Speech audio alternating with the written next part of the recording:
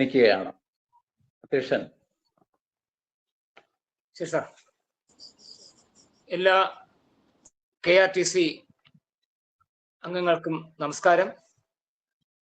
നമ്മളിന്ന് ബഷീർജിയുടെ ചരമദിനം ആചരിക്കുന്ന ഈ ദിവസത്തിൽ സ്വാഗതം പറയുന്നതിന് വേണ്ടി ജില്ലാ കൺവീനർ, കൾച്ചറൽ ഫോറം ജില്ലാ കൺവീനർ ശ്രീ കുന്നത്തൂർ ജയപ്രകാശ് സാറിനെ ക്ഷണിക്കുന്നു. ഏതായാലും കൾച്ചറൽ ഫോറം തിരുവനന്തപുരം ജില്ലാ കമ്മിറ്റിയുടെ ആഭിമുഖ്യത്തിൽ നടക്കുന്ന ഈ മുഹമ്മദ് ബഷീർ അനുസ്മരണ പരിപാടിയിലേക്ക് എല്ലാവരെയും സ്വാഗതം ചെയ്യുന്നു.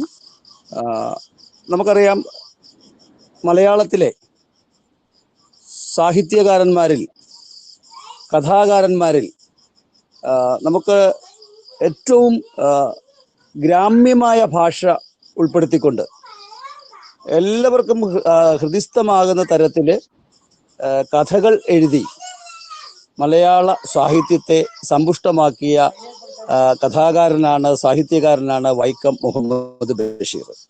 ഞാൻ ഓർക്കുന്നത് 2024 ജൂലൈ മാസം 5-ാം തീയതി അന്നത്തെ ആ ബഷീർ അനുസ്മരണം KPSTയുടെ നേതൃത്വത്തിൽ, KPSTയുടെ കൾച്ചറൽ ഫോറത്തിന്റെ സംസ്ഥാന കമ്മിറ്റിയുടെ ആഭിമുഖ്യത്തിലായിരുന്നു അങ്ങനെ ഒരു മുഹമ്മദ് ബഷീർ അനുസ്മരണം നടത്തിയത്. അത് ബേപ്പൂരിൽ ഉള്ള ബഷീറിന്റെ വീട്ടിൽ വെച്ചായിരുന്നു. ഞാൻ ജീവിതത്തിൽ ആദ്യമായിട്ടാണ് അവിടെ പോകുന്നത്, അദ്ദേഹത്തിന്റെ വീട് സന്ദർശിക്കുന്നതും ആ കാര്യങ്ങളിൽ ബന്ധപ്പെടുന്നതും. അത് വളരെ ഒരു അനുഗ്രഹമായ ഒരു സമയമായിരുന്നു. നമ്മൾ കഥകളിലൂടെ മാത്രം കേട്ട് പരിചയിച്ച സ്ഥലങ്ങൾ നേരിട്ട് കാണാനും, അതുപോലെ തന്നെ മുഹമ്മദ് ബഷീർ അദ്ദേഹം ഉപയോഗിച്ചിരുന്ന കണ്ണട ഉൾപ്പെടെയുള്ള സാധനങ്ങൾ, അദ്ദേഹത്തിന്റെ ചാരുകസേര ഉള്ളവയൊക്കെ നേരിട്ട് കാണാനും ഒക്കെ കഴിഞ്ഞു. അദ്ദേഹത്തിന്റെ മകളുമായി എനിക്ക് സംസാരിക്കുവാൻ ഒക്കെയുള്ള ഒരു അവസരം കൂടെ ലഭിച്ചത് ഞാനിപ്പോൾ സാന്ദർഭികമായി ഓർത്തു പോവുകയാണ്. ഏതായാലും ഞാൻ ദീർഘിപ്പിക്കുന്നില്ല. ആ വിഷയത്തെക്കുറിച്ചൊക്കെ ആധികാരികമായി സംസാരിക്കുവാൻ നമ്മുടെ ബഹുമാന്യനായ സാബു സാറ് ഇവിടെ ഉണ്ട്. അതുപോലെ തന്നെ മറ്റ് ആ പാനലിലുള്ള ആളുകളുമുണ്ട് എന്നുള്ളത് കൊണ്ട് ഞാൻ ആ വിഷയത്തിലേക്കൊന്നും കടക്കുന്നില്ല. എൻ്റെ കടമയിലേക്ക് ഞാൻ കടക്കുകയാണ്. ഈ യോഗത്തിലേക്ക് വിശിഷ്ടാതിഥികളെ സ്വാഗതം ചെയ്യുക എന്നതാണ് എന്നിൽ നിക്ഷിപ്തമായ കർത്തവ്യം. ഈ സമ്മേളനത്തിൽ അധ്യക്ഷപദം അലങ്കരിക്കുന്നത് KRTCയുടെ കൾച്ചറൽ ഫോറത്തിന്റെ സംസ്ഥാന കൺവീനറും എൻ്റെ പ്രിയ സുഹൃത്തും കലാകാരനും ഗായകനും ഒക്കെയായ ശ്രീ NP ജയപ്രകാശ് സാറാണ്. അദ്ദേഹത്തെ വളരെ ആദരവോടെ ഈ സമ്മേളനത്തിലേക്ക് സ്വാഗതം ചെയ്തുകൊള്ളുന്നു. ഈ സമ്മേളനത്തിന്റെ വിഷയ അവതാരകനായി ഇവിടെ എത്തിയിട്ടുള്ളത് ബഹുമാന്യനായ സാബു സാറാണ്. അദ്ദേഹം KRTCയുടെ എറണാകുളം ജില്ലാ പ്രസിഡന്റ് കൂടെയാണ്.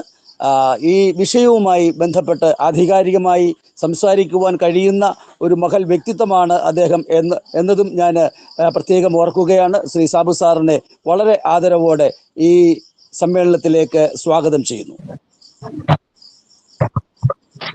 ഈ സമ്മേളനത്തിലെ തുടർന്നുള്ള ചർച്ചകളിൽ പങ്കെടുക്കുന്നത്, ചർച്ച നയിക്കുന്നത് അല്ലെങ്കിൽ ചർച്ചയിൽ അതിൻ്റെ പ്രധാന പങ്ക് വഹിക്കുന്ന നമ്മുടെ ബഹുമാനപ്പെട്ട സംസ്ഥാന രക്ഷാധികാരി കൂടിയായ ശ്രീ രവീന്ദ്രൻ സാറ്, അദ്ദേഹത്തെ വളരെ ആദരവോടെ ഈ സമ്മേളനത്തിലേക്ക് സ്വാഗതം ചെയ്യുന്നു.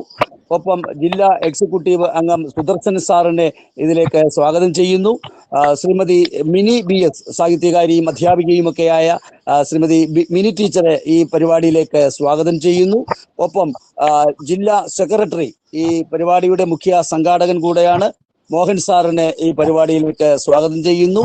ഈ പരിപാടിയിൽ പങ്കെടുക്കുന്ന KRTCയുടെ സംസ്ഥാന, ജില്ലാ, സബ് ജില്ലാ നേതാക്കൾ, പ്രവർത്തകർ എല്ലാവരെയും സ്വാഗതം ചെയ്തുകൊണ്ട് സ്വാഗത വാക്കുകൾ ഇവിടെ അവസാനിപ്പിക്കുകയാണ്. എല്ലാവർക്കും നല്ല ഒരു സമ്മേളനം, മുഹമ്മദ് ബഷീറുമായി ബന്ധപ്പെട്ട കാര്യങ്ങൾ ചർച്ച ചെയ്ത് ഒരു നല്ല അനുസ്മരണ പരിപാടി ഉണ്ടാകട്ടെ എന്ന് ആശംസിച്ചുകൊണ്ട് നിർത്തുന്നു. നന്ദി, നമസ്കാരം. സ്വാഗതം പറഞ്ഞ എൻ്റെ പ്രിയ കൂട്ടുകാരനും ജില്ലാ കൾച്ചറൽ ഫോറം കൺവീനറുമായ കുന്നത്തൂർ ജയപ്രകാശ് സാർ, വിഷയം അവതരിപ്പിക്കുന്ന സാബു സാർ, ജില്ലാ പ്രസിഡന്റ് എറണാകുളം, എൻ്റെ പ്രിയപ്പെട്ട നമ്മുടെ രക്ഷാധികാരി Raveendran Nair sir, Sudarsanan sir, Mini teacher, അതുപോലെ തന്നെ നമ്മുടെ ജില്ലാ സെക്രട്ടറി മോഹൻ സാർ, സംസ്ഥാന ജില്ലാ കമ്മിറ്റി നേതാക്കളെ, നമ്മൾ ഇന്ന് ബേപ്പൂർ സുൽത്താന്റെ ചരമദിനം ആചരിക്കുകയാണ്. മലയാള നോവലിസ്റ്റും കഥാകൃത്തും സ്വാതന്ത്ര്യ സമര സേനാനിയുമായ ബേപ്പൂർ സുൽത്താൻ എന്ന അപരനാമത്തിൽ അറിയപ്പെടുന്ന വൈക്കം മുഹമ്മദ് ബഷീറിന്റെ ചരമദിനമാണ് ജൂലൈ 5. അതാണ് നാം ഇന്ന് ആചരിക്കുന്നത്. 1982 ഇന്ത്യ ഗവൺമെന്റ് അദ്ദേഹത്തെ പത്മഭൂഷൺ നൽകി, പുരസ്കാരം നൽകി ആദരിക്കുകയുണ്ടായി. 1970 കേന്ദ്ര സാഹിത്യ അക്കാദമി ഫെലോഷിപ്പ് നൽകി. നേരത്തെ നമ്മുടെ സ്വാഗത പ്രാസംഗികൻ പറഞ്ഞതുപോലെ സാധാരണ ജനങ്ങൾക്ക് മനസ്സിലാകുന്ന ഭാഷയിൽ, സാധാരണക്കാരുടെ ഭാഷയിൽ സംസാരിക്കുന്ന ഒരു കഥാകൃത്ത്, അതാണ് നമ്മുടെ വൈക്കം മുഹമ്മദ് ബഷീർ.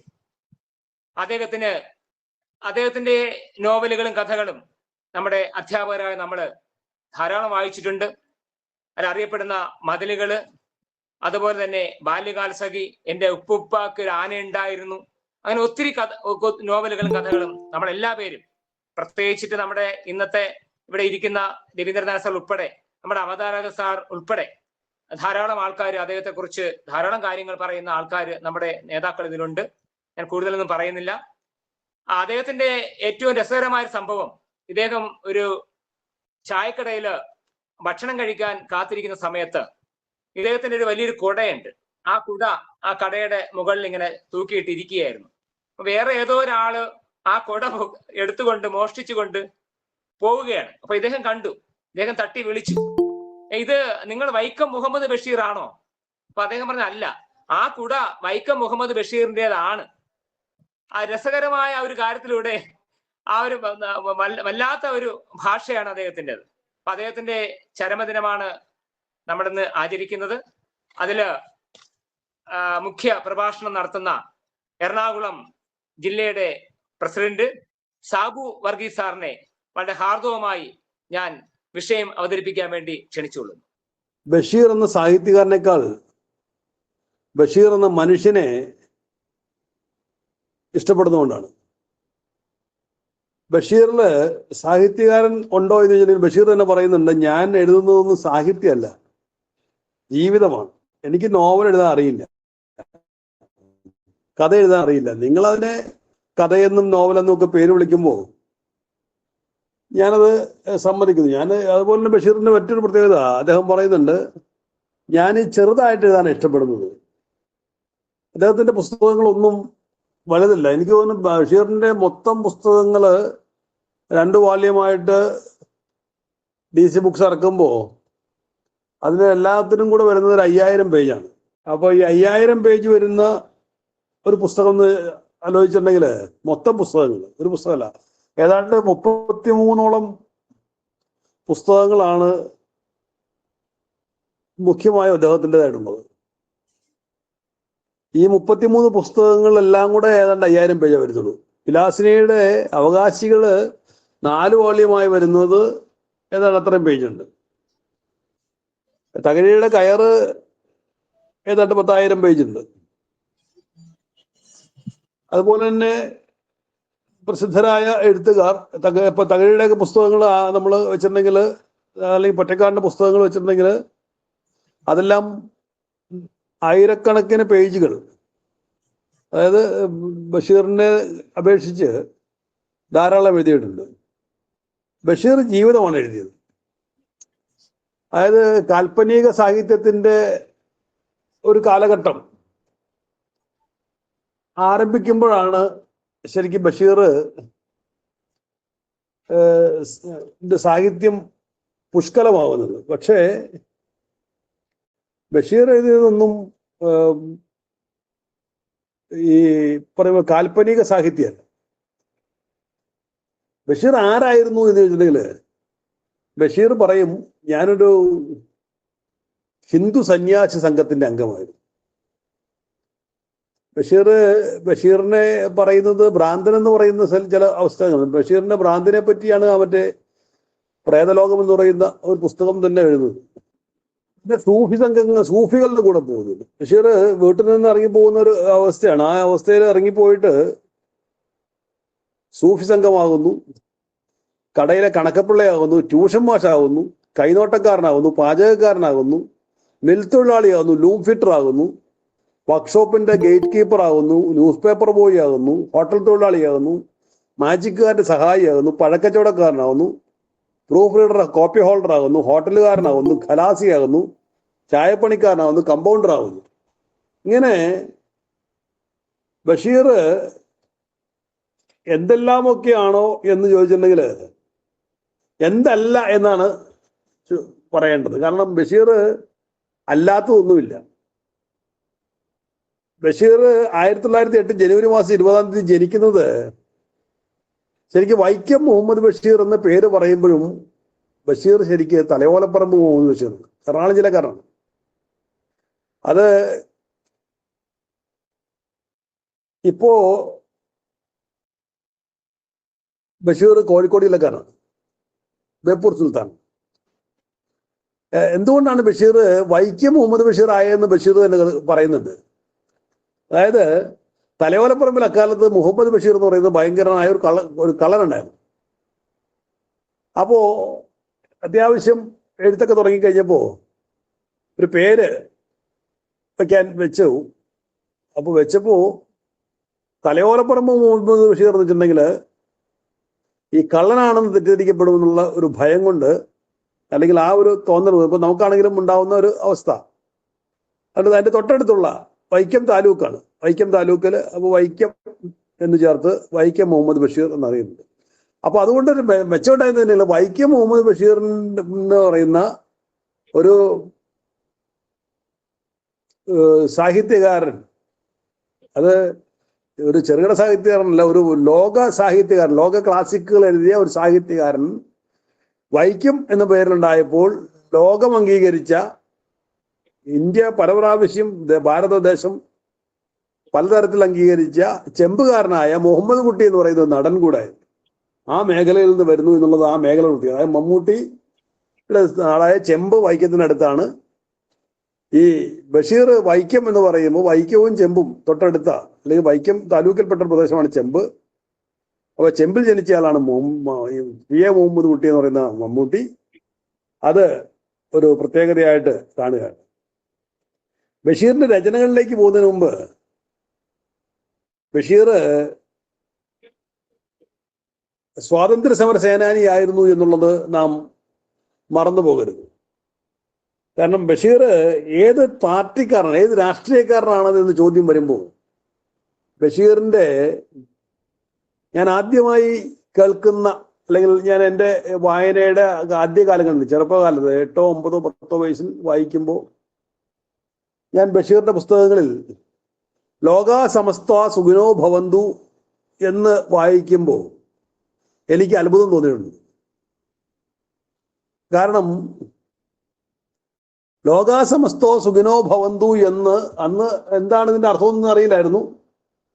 അന്നത് വായിക്കുമ്പോൾ ബഷീറിനെ പോലൊരാൾ ലോകാ സമസ്ത സുഖിനോ ഭവന്തു എന്ന സംസ്കൃതം പറയുമ്പോൾ ഒരു മുസ്ലിമായ ബഷീർ എന്തുകൊണ്ടാണ് ഇങ്ങനെ പറയുന്നത് എന്ന് എനിക്ക് അത്ഭുതം തോന്നുന്നുണ്ട്. അതാണ് ബഷീറിന്റെ ഏറ്റവും വലിയ പ്രത്യേകത. ബഷീർ പറയുന്നുണ്ട്, ഞാനൊരു മുസ്ലിമാണ്, ഞാൻ ഇസ്ലാമാണെന്ന് പറയും. മുസ്ലിമാണ്. അക്ബർ കെട്ടിലുമായിട്ട് സംസാരിക്കുമ്പോഴാണ് തോന്നുന്നു പറയുന്നുണ്ട്, ഇസ്ലാം എന്ന് പറയുന്ന മതത്തിൽ വിശ്വസിക്കുമ്പോൾ തന്നെ ഇവിടുത്തെ ഇസ്ലാമിനെ നവീകരിച്ച് മുസ്ലിം എന്ന് പറയുന്ന നടക്കുന്ന ആളുകളെ അതെന്താണെന്ന് പഠിപ്പിക്കേണ്ടതുണ്ടെന്ന് പറയുന്ന ഒരു ബഷീർ, ഒരു മുസ്ലിമായ ഇസ്ലാമായ സാഹോദര്യ മതത്തിന്റെ ഒരു എന്താ പറയാ പ്രബോധകനായിട്ട് ബഷീർ സ്വയം നിർണയിക്കുന്നുണ്ട്. ബഷീർ ഈ സ്വാതന്ത്ര്യ സമരത്തിന്റെ ഭാഗമായി ഉപ്പ് നിയമം ലംഘിച്ച് ജയിൽവാസം അനുഭവിക്കുന്നുണ്ട്. അങ്ങനെ സ്വാതന്ത്ര്യ സമരം താമ്രപത്രം കിട്ടിയിട്ടുണ്ട്. ബഷീർ അതിനെപ്പറ്റി വളരെ തമാശയായി പറയുന്നുണ്ട് താമ്രപത്രം കിട്ടിയതിനെ പറ്റി. അപ്പോ അവിടെ കണ്ണൂരിലെ ജയിലിൽ വെച്ചിട്ട് ഭീകരപ്രവർത്തകരുമായിട്ട് ബന്ധപ്പെട്ടുകൊണ്ട് അദ്ദേഹം ഒരു മുഖപത്രം ആരംഭിക്കുന്നുണ്ട്. ഈ മുഖപത്രം ആരംഭിച്ചതിനെ തുടർന്ന് അദ്ദേഹത്തിന്റെ മുഖപത്രം കണ്ടുകെട്ടുകയും അദ്ദേഹത്തെ വീണ്ടും ഈ ബ്രിട്ടീഷ് ഗവൺമെന്റിന്റെ ഉപദ്രവങ്ങൾക്ക് വിധേയനാകണമെന്നുള്ള ഭയത്തിലാണ് അദ്ദേഹം കള്ളവണ്ടി കയറിയിട്ട് ഈ 7 വർഷക്കാലം ഇന്ത്യ മുഴുവനും ആഫ്രിക്കൻ അറേബ്യൻ തീരങ്ങളിലൊക്കെ ഇങ്ങനെ സഞ്ചരിക്കുന്നുണ്ട്. ആ സമയത്താണ് അദ്ദേഹം ഒരു ഭ്രാന്തനായി സ്വയം പ്രഖ്യാപിക്കുന്നത്. അദ്ദേഹം പറയുന്നുണ്ട് അദ്ദേഹത്തിന് ഭ്രാന്തുണ്ട് എന്ന് അദ്ദേഹം തന്നെ പറയുന്നത്. ബഷീറിനെ നമ്മൾ കാണുന്നത് ഇപ്പോ ഏറ്റവും പുതിയതായി ഞാൻ വായിച്ചു നിർത്തിയൊരു പുസ്തകമുണ്ട്, കമ്പിളികണ്ടത്തെ കൽഭരണികൾ. ഈ കമ്പിളികണ്ടത്തെ കൽഭരണികൾ എന്ന് പറയുന്ന ബാബു ഇബ്രഹാമിന്റെ പുസ്തകം ഞാൻ ഒരു സ്കൂളിലെ 50 കുട്ടികൾക്ക് വാങ്ങിച്ചു കൊടുക്കാം. അപ്പോ ഇത് വായിക്കപ്പെടേണ്ട പുസ്തകമാണെന്ന് പറഞ്ഞാണ് അത് ഞാൻ വാങ്ങിച്ചു കൊടുക്കുന്നത്. ആ ബാബു ഇബ്രഹാമിന്റെ കമ്പിളികണ്ടത്തെ കൽഭരണികൾ വായിക്കുമ്പോൾ പാത്തുമ്മയുടെ ആട് എന്തുകൊണ്ട് അങ്ങനെ വായിക്കപ്പെട്ടില്ല എന്നൊരു ചോദ്യം എൻ്റെ ഉള്ളിൽ വരികയും ചെയ്തു. പാത്തുമ്മയുടെ ആട് ബഷീറിനെ അടയാളപ്പെടുത്തുന്നത് എങ്ങനെയാണ്? ഏറ്റവും വലിയ സ്ത്രീപക്ഷ രചനയാണ് പാത്തുമ്മയുടെ ആട്. അതേ തലത്തിൽ തന്നെ എൻ്റെ ഉപ്പാപ്പക്ക് ആന ഉണ്ടായിരുന്നു എന്ന് ബഷീർ തനി മുസ്ലിം ഭാഷയിൽ തന്നെയാണ് ബഷീറിന്റെ എല്ലാ എഴുത്തുകളും. എൻ്റെ ഉപ്പാപ്പക്ക് ആന ഉണ്ടായിരുന്നു എന്ന് ബഷീർ പറഞ്ഞില്ല, എൻ്റെ ഉപ്പാപ്പക്ക് ആന ഉണ്ടായിരുന്നു എന്ന് വട്ടടി മക്കാറിന്റെ ഭാര്യ പറയുമ്പോൾ അതിനകത്തുള്ള ഒരു സാർവജനീയത, അതായത് എല്ലാവർക്കും സാമാന്യ ജനത്തിന് ഉതകുന്ന രീതിയിൽ കാര്യങ്ങൾ പറഞ്ഞു പോവുകയാണ്. അവിടെ ഈ പാത്തുമ്മയുടെ ആട് സ്ത്രീപക്ഷ രചനയാവുന്നത് എവിടെയാണ്? പാത്തുമ്മയുടെ ആടിൽ പാത്തുമ്മയുടെ ആടെന്ന് പറയുന്ന ആ ഒരു കഥയിൽ ബഷീറിന്റെ കുടുംബത്തെ അവതരിപ്പിക്കുന്നു, ഉമ്മയെ അവതരിപ്പിക്കുന്നു, പെങ്ങന്മാരെ അവതരിപ്പിക്കുന്നു, ഭാര്യ, അങ്ങനെയെല്ലാം ബഷീർ പറഞ്ഞു പോകുമ്പോൾ അവിടെ അതിൻ്റെ ഒരു കഥയായി മാത്രം കണക്കാക്കാതെ അതിനകത്ത് പോകുന്നത് എന്നെ ഏറ്റവും കൂടുതൽ പൊള്ളിച്ച ആ പുസ്തകം വായിക്കുമ്പോൾ എന്നെ ഏറ്റവും കൂടുതൽ പൊള്ളിച്ചത് ബഷീർ പറയുന്നുണ്ട്, എല്ലാവരും ഭക്ഷണം കഴിച്ചു കഴിഞ്ഞിട്ട് ആണ് പെണ്ണുങ്ങൾ കഴിക്കുക, ആണുങ്ങളെല്ലാം കഴിച്ചിട്ടാണ്. ആ ആണുങ്ങളെല്ലാം കഴിച്ചിട്ട് പെണ്ണുങ്ങൾ കഴിക്കുക എന്നുള്ള പൊളിറ്റിക്കലി ഇൻകറക്റ്റായ ഒരു സംഭവമാണ് ഇപ്പോൾ ഈ കാലഘട്ടത്തിൽ.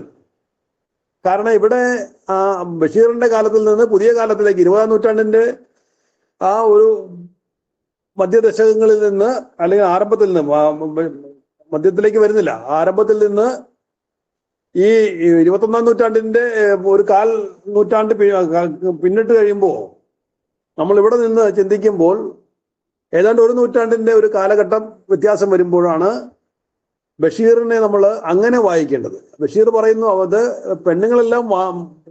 ആണുങ്ങളെല്ലാവരും കഴിച്ചു കഴിഞ്ഞിട്ടാണ് പെണ്ണുങ്ങൾ കഴിക്കുക. അവിടെ തന്നെ ഏറ്റവും പ്രധാനപ്പെട്ട ഒരു സ്ത്രീപക്ഷ ചിന്ത വരുന്നുണ്ട്. അതായത് മുസ്ലിം വിഭാഗത്തിൽ പലപ്പോഴും ഈ സ്ത്രീകൾ, അത് യഹൂദ മതത്തിൻ്റെയും ഒരു പാരമ്പര്യമുണ്ട്. അതായത് സ്ത്രീകളെ എപ്പോഴും രണ്ടാമതായി പരിഗണിക്കുന്ന ഒരു രീതി. അപ്പൊ ആ ഒരു രീതിയിൽ നിന്ന് മാറിക്കൊണ്ട് ബഷീർ അവിടെ പറയാണ്, സ്ത്രീകൾ, പുരുഷന്മാരെല്ലാം വീട്ടിലെ ആണുങ്ങളല്ല, അതാണ് പറയുന്നത്, വീട്ടിലെ ആണുങ്ങളെല്ലാം കഴിച്ചതിന് ശേഷം മാത്രമാണ് പെണ്ണുങ്ങൾ കഴിക്കുക. എന്താ പെണ്ണുങ്ങൾക്ക് കഴിക്കാൻ കിട്ടുന്നത്? കഞ്ഞിവെള്ളത്തിൽ ആടിന് കൊടുക്കാൻ വെച്ചിട്ടുള്ള കഞ്ഞിവെള്ളമാണ്. ആടിന് കഞ്ഞിവെള്ളം കൊടുക്കാൻ കിട്ടത്തില്ല, കാരണം നല്ല പെണ്ണുങ്ങൾക്ക് കഴിക്കാൻ കിട്ടുന്ന അതാണ്. അപ്പോൾ ആ കഞ്ഞിവെള്ളത്തിൽ 1-2 പറ്റുകൾ ഉണ്ടാവും, അതാണ് പെണ്ണുങ്ങൾക്ക് കഴിക്കാൻ കിട്ടുക.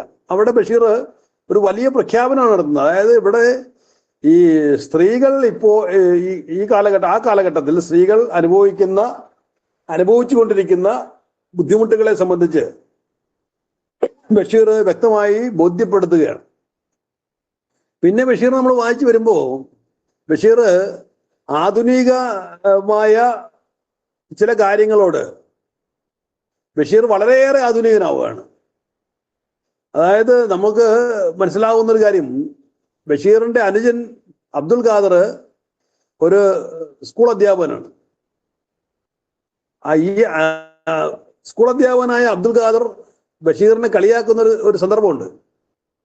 ഇക്കാക്കയ്ക്ക് സന്ധ്യ എന്ന് എഴുതാൻ അറിയില്ല, സന്ധ്യയുടെ എന്താ അതല്ല എന്ന് പറയുമ്പോൾ ബഷീർ ഞാൻ എഴുതുന്ന സന്ധ്യ വന്നാൽ മതി എന്ന് നിർബന്ധമായി പറയുന്ന, അല്ലെങ്കിൽ ആ വ്യാകരണ തെറ്റുകളിലൂടെ ഒരു വലിയ ജീവിതത്തിൽ വ്യാകരണ തെറ്റുകൾക്ക് അല്ലെങ്കിൽ സിന്റാക്സ് എറേഴ്സിന് വലിയ സ്ഥാനമില്ല. ജീവിതം എന്ന് പറയുന്നത് കുറെ തെറ്റുകൾ വഴി ഉണ്ടാക്കപ്പെടുന്ന ശരിയാണ് എന്ന് ബോധ്യപ്പെടുത്തിക്കൊണ്ടാണ് ബഷീർ ആ പാത്തുമ്മയുടെ ആടിലും അതുപോലുള്ള അനുബന്ധ കൃതികളിലും പറയുന്നത്. അവിടെ ബഷീർ പറയുന്നത് ജീവിതം തന്നെയാണ് എൻ്റെ സർവകലാശാല. അതായത് ബഷീർ വലിയ വിദ്യാഭ്യാസം 10ാം ക്ലാസ് വരെ പഠിച്ചു. അത് കഴിഞ്ഞിട്ട് ബഷീർ നാടോടിയായി നടക്കുകയാണ്.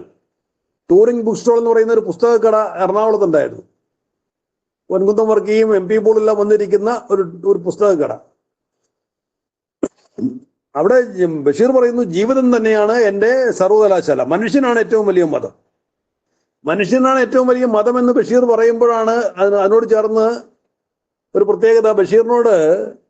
ബഷീറിന്റെ ഒരു ഇന്റർവ്യൂവർ ചോദിക്കുന്നുണ്ട്, അങ്ങ് വലിയ വർഗീയവാദിയാണെന്ന് ആളുകൾ പറയുന്നുണ്ടല്ലോ. അപ്പൊ ബഷീർ പറയുന്നുണ്ട്, വർഗീയവാദം എന്ന് പറഞ്ഞാൽ എന്താണ്?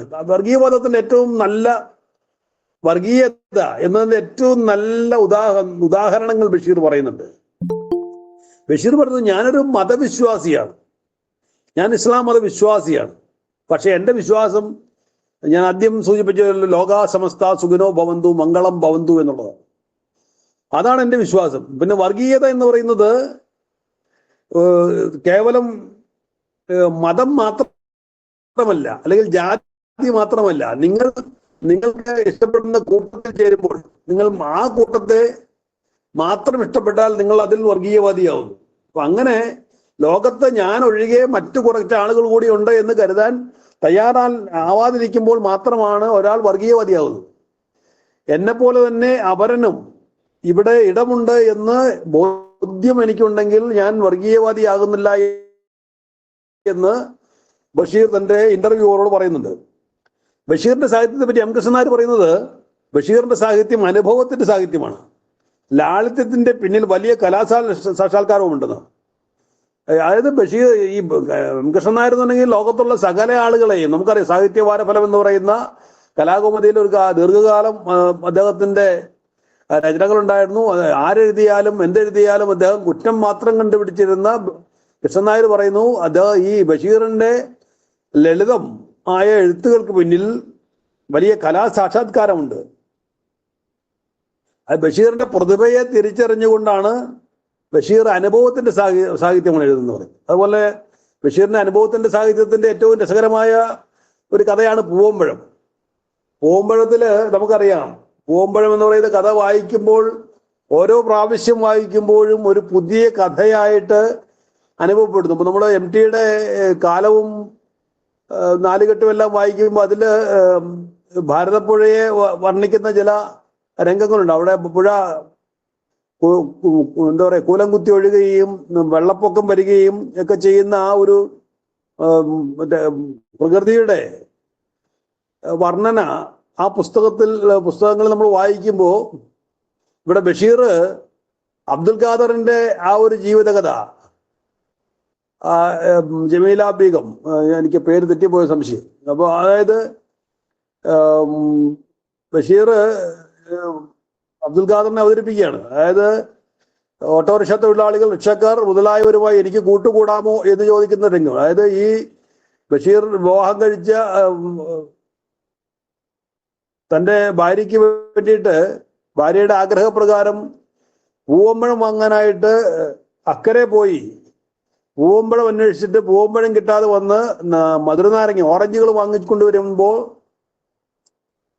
ഈ ഭാര്യ ഓറഞ്ചുകൾ കഴിക്കാതിരിക്കുകയും അതിനോട് വിമുഖത കാണിക്കുകയും ചെയ്യുമ്പോൾ അവിടെ ബഷീർ ഉപയോഗിക്കുന്ന ചില പ്രയോഗങ്ങളുണ്ട്. ആ പ്രയോഗങ്ങൾ ഈ പറഞ്ഞ പോലെ ഞാൻ ആദ്യം പറഞ്ഞ പോലെ സ്ത്രീപക്ഷ രചനയുടെ അല്ലെങ്കിൽ സ്ത്രീപക്ഷ സാഹിത്യത്തിന്റെ മറ്റൊരു ഭാഗമാണ്. അതായത് ഇങ്ങനെയെല്ലാം ഉള്ള കാര്യങ്ങൾ ഈ സംസ്കാര കേരളത്തിൽ സംഭവിക്കുന്നുണ്ടെന്ന് ബോധ്യപ്പെടുത്തിക്കൊണ്ടാണ് ബഷീർ ഈ ആ കഥ നമ്മുടെ മുമ്പിൽ വരച്ചു വെക്കുന്നത്. അതായത് ഞാൻ കഷ്ടപ്പെട്ട്, അതായത് പുഴ നീന്തി, ബഷീർ ഉടുതുണി പോലും നഷ്ടപ്പെട്ടു, അബ്ദുൽ ഖാദർ ഉടുതുണി പോലും നഷ്ടപ്പെട്ടുകൊണ്ട് പുഴ നീന്തിക്കടന്ന് ഭാര്യയ്ക്ക് വേണ്ടി ഓറഞ്ചസ് കൊണ്ടുവന്ന് കൊടുക്കുമ്പോൾ ഭാര്യ പറയുന്നു, ഞാൻ ചോദിച്ചത് ഓറഞ്ചസ് ആണ്, ഇത് ഓറഞ്ചസ് ആണ്, എനിക്ക് പൂവമ്പഴമാണ് വേണ്ടത്. അപ്പോൾ ബഷീറിന് അതിന് മുൻപുണ്ടായിരുന്നു, അതായത് ബഷീറിന്റെ ചങ്ങാത്തങ്ങളോട് ഉണ്ടായിരുന്ന എതിർപ്പുകളെ ബഷീർ ആ സമയത്ത് എങ്ങനെയാണ് മറികടക്കുന്നത് എന്നുള്ളതാണ് ആ കഥയിലെ ഏറ്റവും രസകരമായ രംഗം. അതായത് വെട്ടുകത്തി എടുത്തുകൊണ്ട് വന്നിട്ട് കയ്യിൽ വെട്ടുകത്തി പിടിച്ചിട്ട് ഭാര്യയോട് ചോദിക്കുന്ന രംഗമുണ്ട്. അതായത് ഇതെന്താണ് വെട്ടുകത്തി, എൻ്റെ കയ്യിലിരിക്കുന്നത് എന്താണ്? ഓറഞ്ചസ്. വെട്ടുകത്തി കണ്ടോ, ഇതെന്താണ്? വെട്ടുകത്തി കയ്യിലിരിക്കുമ്പോൾ ഓറഞ്ചസിനെ പൂവമ്പഴമാക്കി മാറ്റുന്ന ഭീകരമായ, അതായത് എന്തിനേയും ഏതു തരത്തിലും മാറ്റാവുന്ന ഒരു അധികാരം കയ്യിലുണ്ടെങ്കിൽ എന്തിനേയും മാറ്റിയെടുക്കാമെന്ന് ബോധ്യപ്പെടുത്തുന്ന ഒന്നാണ് ബഷീർ ആ കഥയിലൂടെ നമ്മുടെ മുമ്പിൽ വരച്ചു കാട്ടുന്നത്. എന്നിട്ട് ഓറഞ്ചസിനെ പൂവമ്പഴമാക്കി മാറ്റുകയും അതോടൊപ്പം തന്നെ വെട്ടുകത്തിയിന്മേലുള്ള ഭാര്യയുടെ ഭയം മുതലെടുത്തുകൊണ്ട്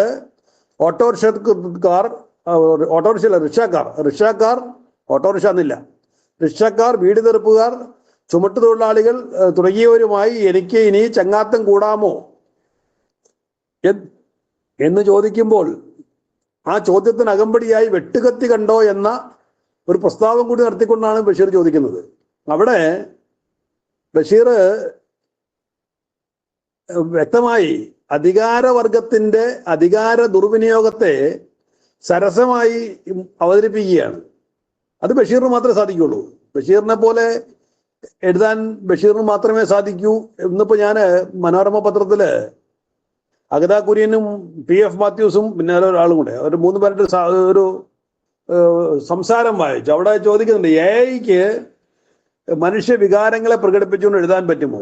ഒരു ബഷീറിനെ പോലെ എഴുതാൻ ഒരു AI-ക്കും സാധിക്കില്ല എന്ന് നമുക്ക് ബോധ്യമാണ്. കാരണം ഈ പറഞ്ഞ പോലെ പാത്തുമ്മയുടെ ആട്ടിലോ അല്ലെങ്കിൽ ആനണ്ടർന്നിലോ പട്ടം മുത്തപ്പയെയോ ആനവാരി രാമൻ നായരെ പൊൻകുരിശു തോമയെ പോലുള്ള കഥാപാത്രങ്ങളെ സങ്കല്പിക്കാനും എഴുതാനും ബഷീറിന് മാത്രമേ കഴിയൂ. അതുകൊണ്ടാണ് ബഷീറിനെ പറ്റി ലീലാവതി ടീച്ചർ പറയുന്ന അനുഭവങ്ങളെ കലാപരമായ ആവിഷ്കാരമാക്കി മാറ്റിയ അപൂർവ പ്രതിഭയാണ് വൈക്കം മുഹമ്മദ് ബഷീർ.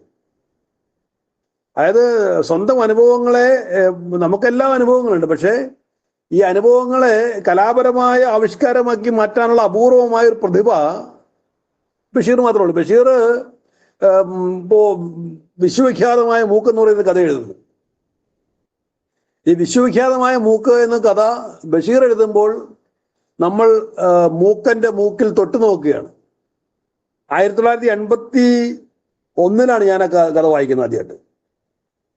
അതായത് 45 കൊല്ലം കഴിഞ്ഞിട്ടും ആ കഥയിൽ ഞാനിപ്പോഴും ഈ മൂക്കന്റെ മൂക്ക്, റബ്ബർ മൂക്ക് എന്ന് ആ മുദ്രാവാക്യം ഇപ്പോഴും മനസ്സിൽ വിളിക്കാനും പറ്റുമെങ്കിൽ ഈ മൂക്കന്റെ മൂക്കിൻ തുമ്പത്ത് സുന്ദരികളായ സ്ത്രീകൾ തടവുന്നത് പോലെ തടവാനും സൂചി കൊണ്ട് കുത്താനുമെല്ലാം എനിക്കൊരു മോഹം വരുന്ന രീതിയിലേക്ക് ബഷീർ ഇപ്പോഴും നിലനിൽക്കുന്നു. അതായത് 1908 ജനിച്ചു, ജനുവരി 20 ജനിച്ചു എന്ന് നമ്മൾ പലയിടത്തും വായിക്കുന്നു. ബഷീർ തന്നെ അതിനെ പറ്റി വ്യക്തതയില്ല. പക്ഷെ അങ്ങനെ വായിക്കപ്പെടുമ്പോൾ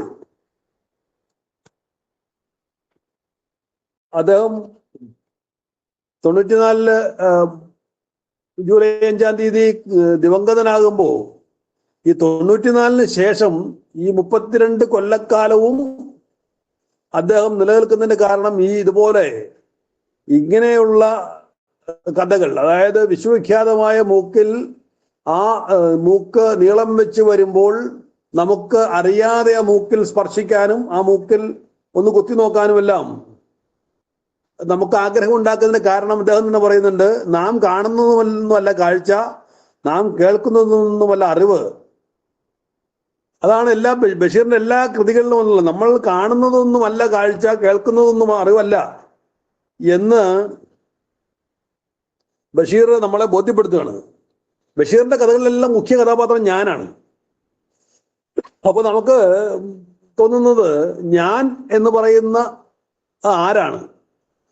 ബഷീർ പറഞ്ഞ ഈ ഞാൻ എന്ന് പറയുന്നത് ബഷീർ എന്ന് ഞാനല്ല. എൻ്റെ ഉപ്പക്കാരാനണ്ടാർന്ന് കഥ പറയുമ്പോൾ അവിടെ കുഞ്ഞുതാച്ചമ്മയെ അവതരിപ്പിക്കുമ്പോൾ, പട്ടണി മക്കാരനെ അവതരിപ്പിക്കുമ്പോൾ ഒരു കുഞ്ഞുതാച്ചമ്മയിലും പട്ടണി മക്കാരിലും മാത്രമായിട്ട് ഒതുങ്ങുകയല്ല. ഈ പട്ടണി മക്കാരനെ ചിലപ്പോൾ കണ്ണാടിയിൽ നോക്കിയാൽ അത് ഞാനായോ നിങ്ങളായോ മാറും. ഈ കുഞ്ഞുതാച്ചമ്മയെ ചിലപ്പോൾ നമ്മളോ അല്ലെങ്കിൽ നമ്മളുടെ പരിസരത്തുള്ള ആളോ ആയിട്ട് മാറും. അതായത് ഇപ്പോ ഏറ്റവും രസകരമായി ഞാൻ അതിനോട് ചേർത്ത് വായിക്കുന്നത്, ഇപ്പോ നമ്മുടെയൊക്കെ പ്രദേശങ്ങളിൽ, ഇപ്പൊ കേരളത്തിൽ മൊത്തത്തിൽ തന്നെ പ്രത്യേകിച്ച് ഞാനടങ്ങുന്ന ക്രിസ്ത്യാനി സമൂഹത്തില് ഇപ്പോ ഈ കുടുംബയോഗങ്ങൾ നടക്കുന്നുണ്ട്. അതായത് കുടുംബങ്ങളുടെ ഇത്. അപ്പൊ അവിടെ ഈ ക്രിസ്ത്യാനിക്ക് ഒരു പ്രത്യേകത ഉള്ളത്, ക്രിസ്ത്യാനികൾ അവരുടെ ബന്ധത്തെ എങ്ങനെയെങ്കിലും കൊണ്ടുപോയി സെയിന്റ് തോമസുമായിട്ട് കൂട്ടിമുട്ടിക്കും.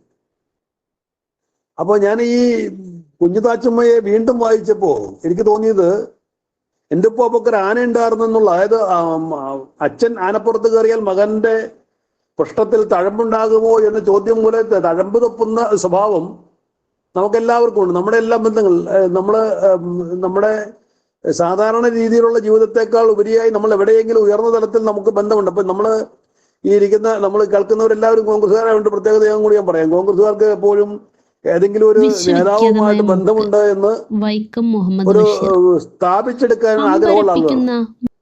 അപ്പൊ അങ്ങനെയെല്ലാം വരുമ്പോ നമ്മൾ ഈ കുഞ്ഞുതാച്ചമ്മയെ നമ്മുടെ എല്ലാം ഇമേജ് ആയിട്ട്, നമ്മുടെ എല്ലാം പ്രതിബിംബമായി കാണാനായിട്ട് ശ്രമിക്കുക. അവിടെയാണ് നമ്മൾ മറ്റേ ഈ കുഞ്ഞാമിനെയെ നമ്മൾ ബഹുമാനിച്ചു പോകുന്നത്. അതായത് അതുപോലെ നമുക്കാകാൻ സാധിക്കുമോ? ബഷീർ ഭൂമിയുടെ അവകാശികൾ എന്ന് പറഞ്ഞൊരു കഥ എഴുതിയിട്ടുണ്ടല്ലോ. ഈ ഭൂമിയുടെ അവകാശികൾ എഴുതുമ്പോൾ ബഷീർ പറയുന്നത്,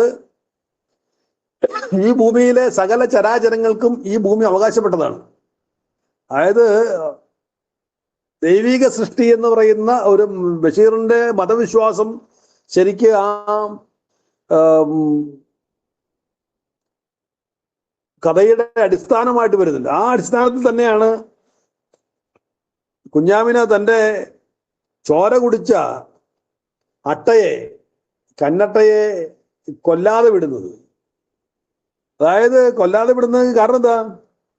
ബിലീസ് എൻ്റെ ചോര മുഴുവനൊന്നും കുടിച്ചു എന്ന് പറഞ്ഞിട്ട് അവൾ അതിനെ കൊല്ലാൻ വിചാരിച്ചു. പക്ഷേ സാധ്യമല്ല. കാരണം എന്താ സാധ്യമല്ലാത്തത്? എൻ്റെ ചോര മുഴുവൻ കുടിച്ച അട്ടയെ കൊല്ലാൻ എനിക്ക് സാധ്യമല്ല എന്ന് ചിന്തിക്കാനുള്ള കാരണമാണ് നമ്മൾ അത് നേടേണ്ടത്. അവിടെയാണ് നമ്മൾ നഷ്ടപ്പെട്ടു പോകുന്ന ഒരു മനുഷ്യനെ, മനുഷ്യത്വം എന്ന് പറയുന്ന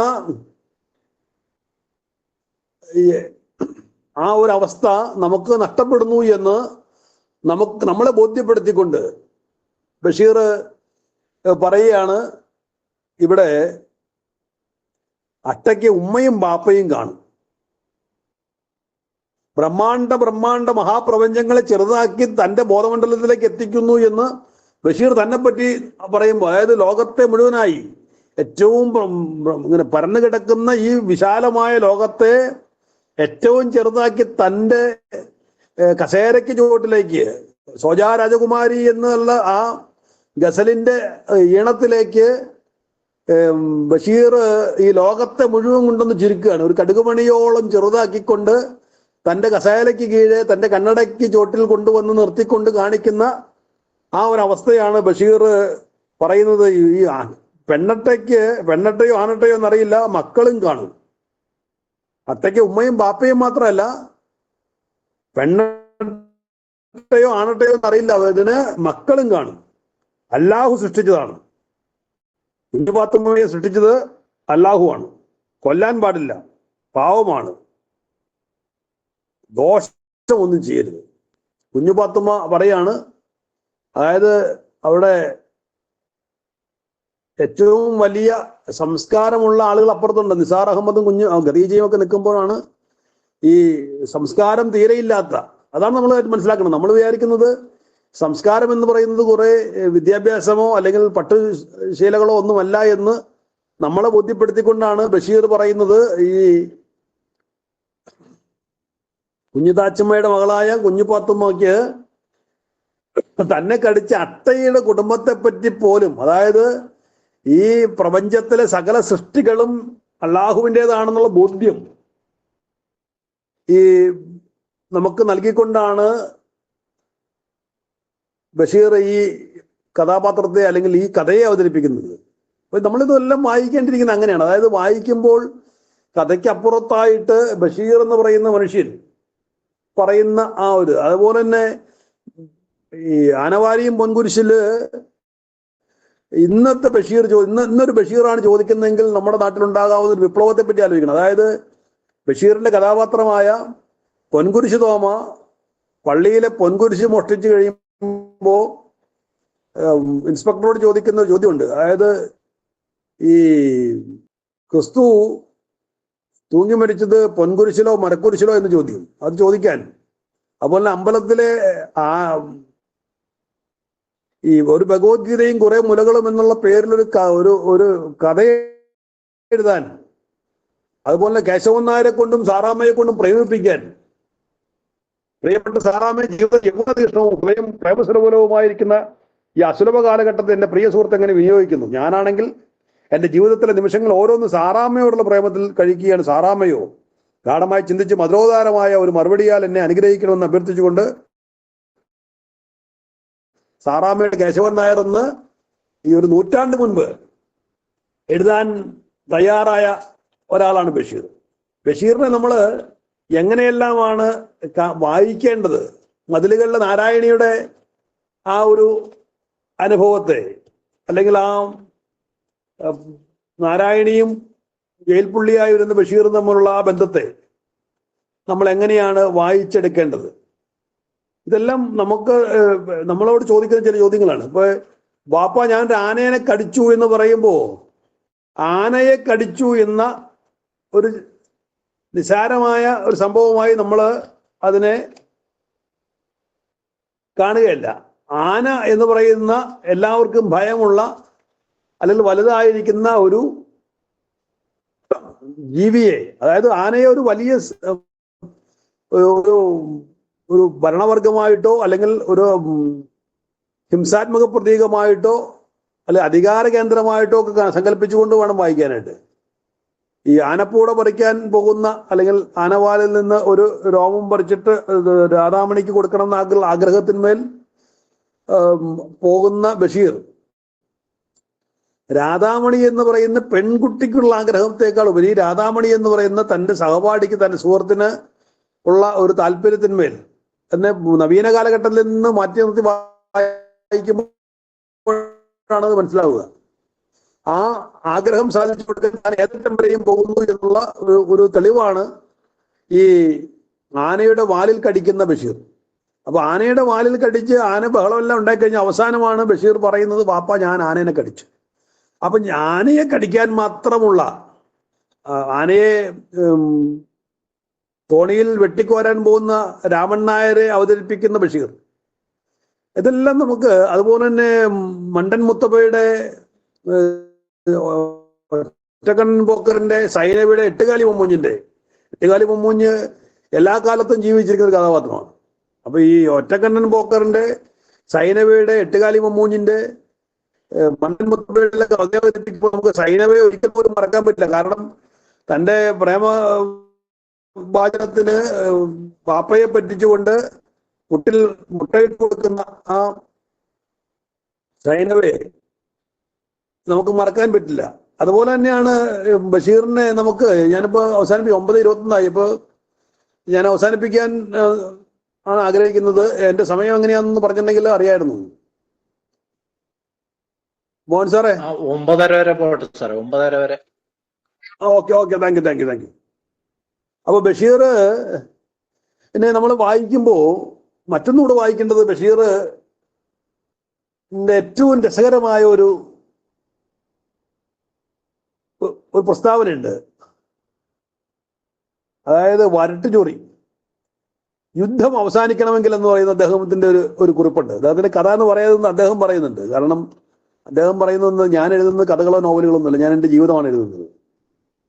അപ്പൊ ഇന്നത്തെ എല്ലാ രാഷ്ട്രീയ നായകന്മാർക്കും, എല്ലാ മതപ്രതിനിധികൾക്കും, എല്ലാ ചിന്തകന്മാർക്കും, എല്ലാ പോലീസുകാർക്കും, മജിസ്ട്രേറ്റുമാർ, ജഡ്ജിമാർ, വക്കീലന്മാർ, പത്രക്കാർ, അധ്യാപകർ, എല്ലാ പട്ടാളക്കാർക്കും, ഭൂമിയിലുള്ള ഓരോ സ്ത്രീ പുരുഷന്മാർക്കും എനിക്കുള്ള പോലെ ഭയങ്കര ചൊറിച്ചിലും കടിയുമുള്ള പരമരസികൻ വരട്ടുചൊറി വരണം. ബിർ എന്നൊരു കഥ എഴുതിയിട്ടുണ്ട്. അതായത് സ്തനം എന്ന് പറയുന്ന സംസ്കൃത പദം എഴുതാതെ മുല എന്ന സാമാന്യമായ മലയാളത്തെ എഴുതാൻ അക്കാലത്ത് സംബന്ധിച്ചു. ഇപ്പൊ നമ്മുടെ വിനോയ് തോമസ് ഒക്കെ എഴുതുന്ന പോലെ എഴുതുമ്പോൾ ആളുകൾക്ക് ധൈര്യം, അല്ലെങ്കിൽ എസ് മീശയൊക്കെ എഴുതുന്ന പോലെയൊക്കെ അതായത് ഞാൻ ആദ്യമായി ഒരു നാടൻ തെറി നമ്മുടെ സാഹിത്യത്തിൽ വായിക്കുന്നത് നമ്മുടെ പഴയ DP മോഹൻകുമാർ സാറിന്റെ നോവലിലാണ്.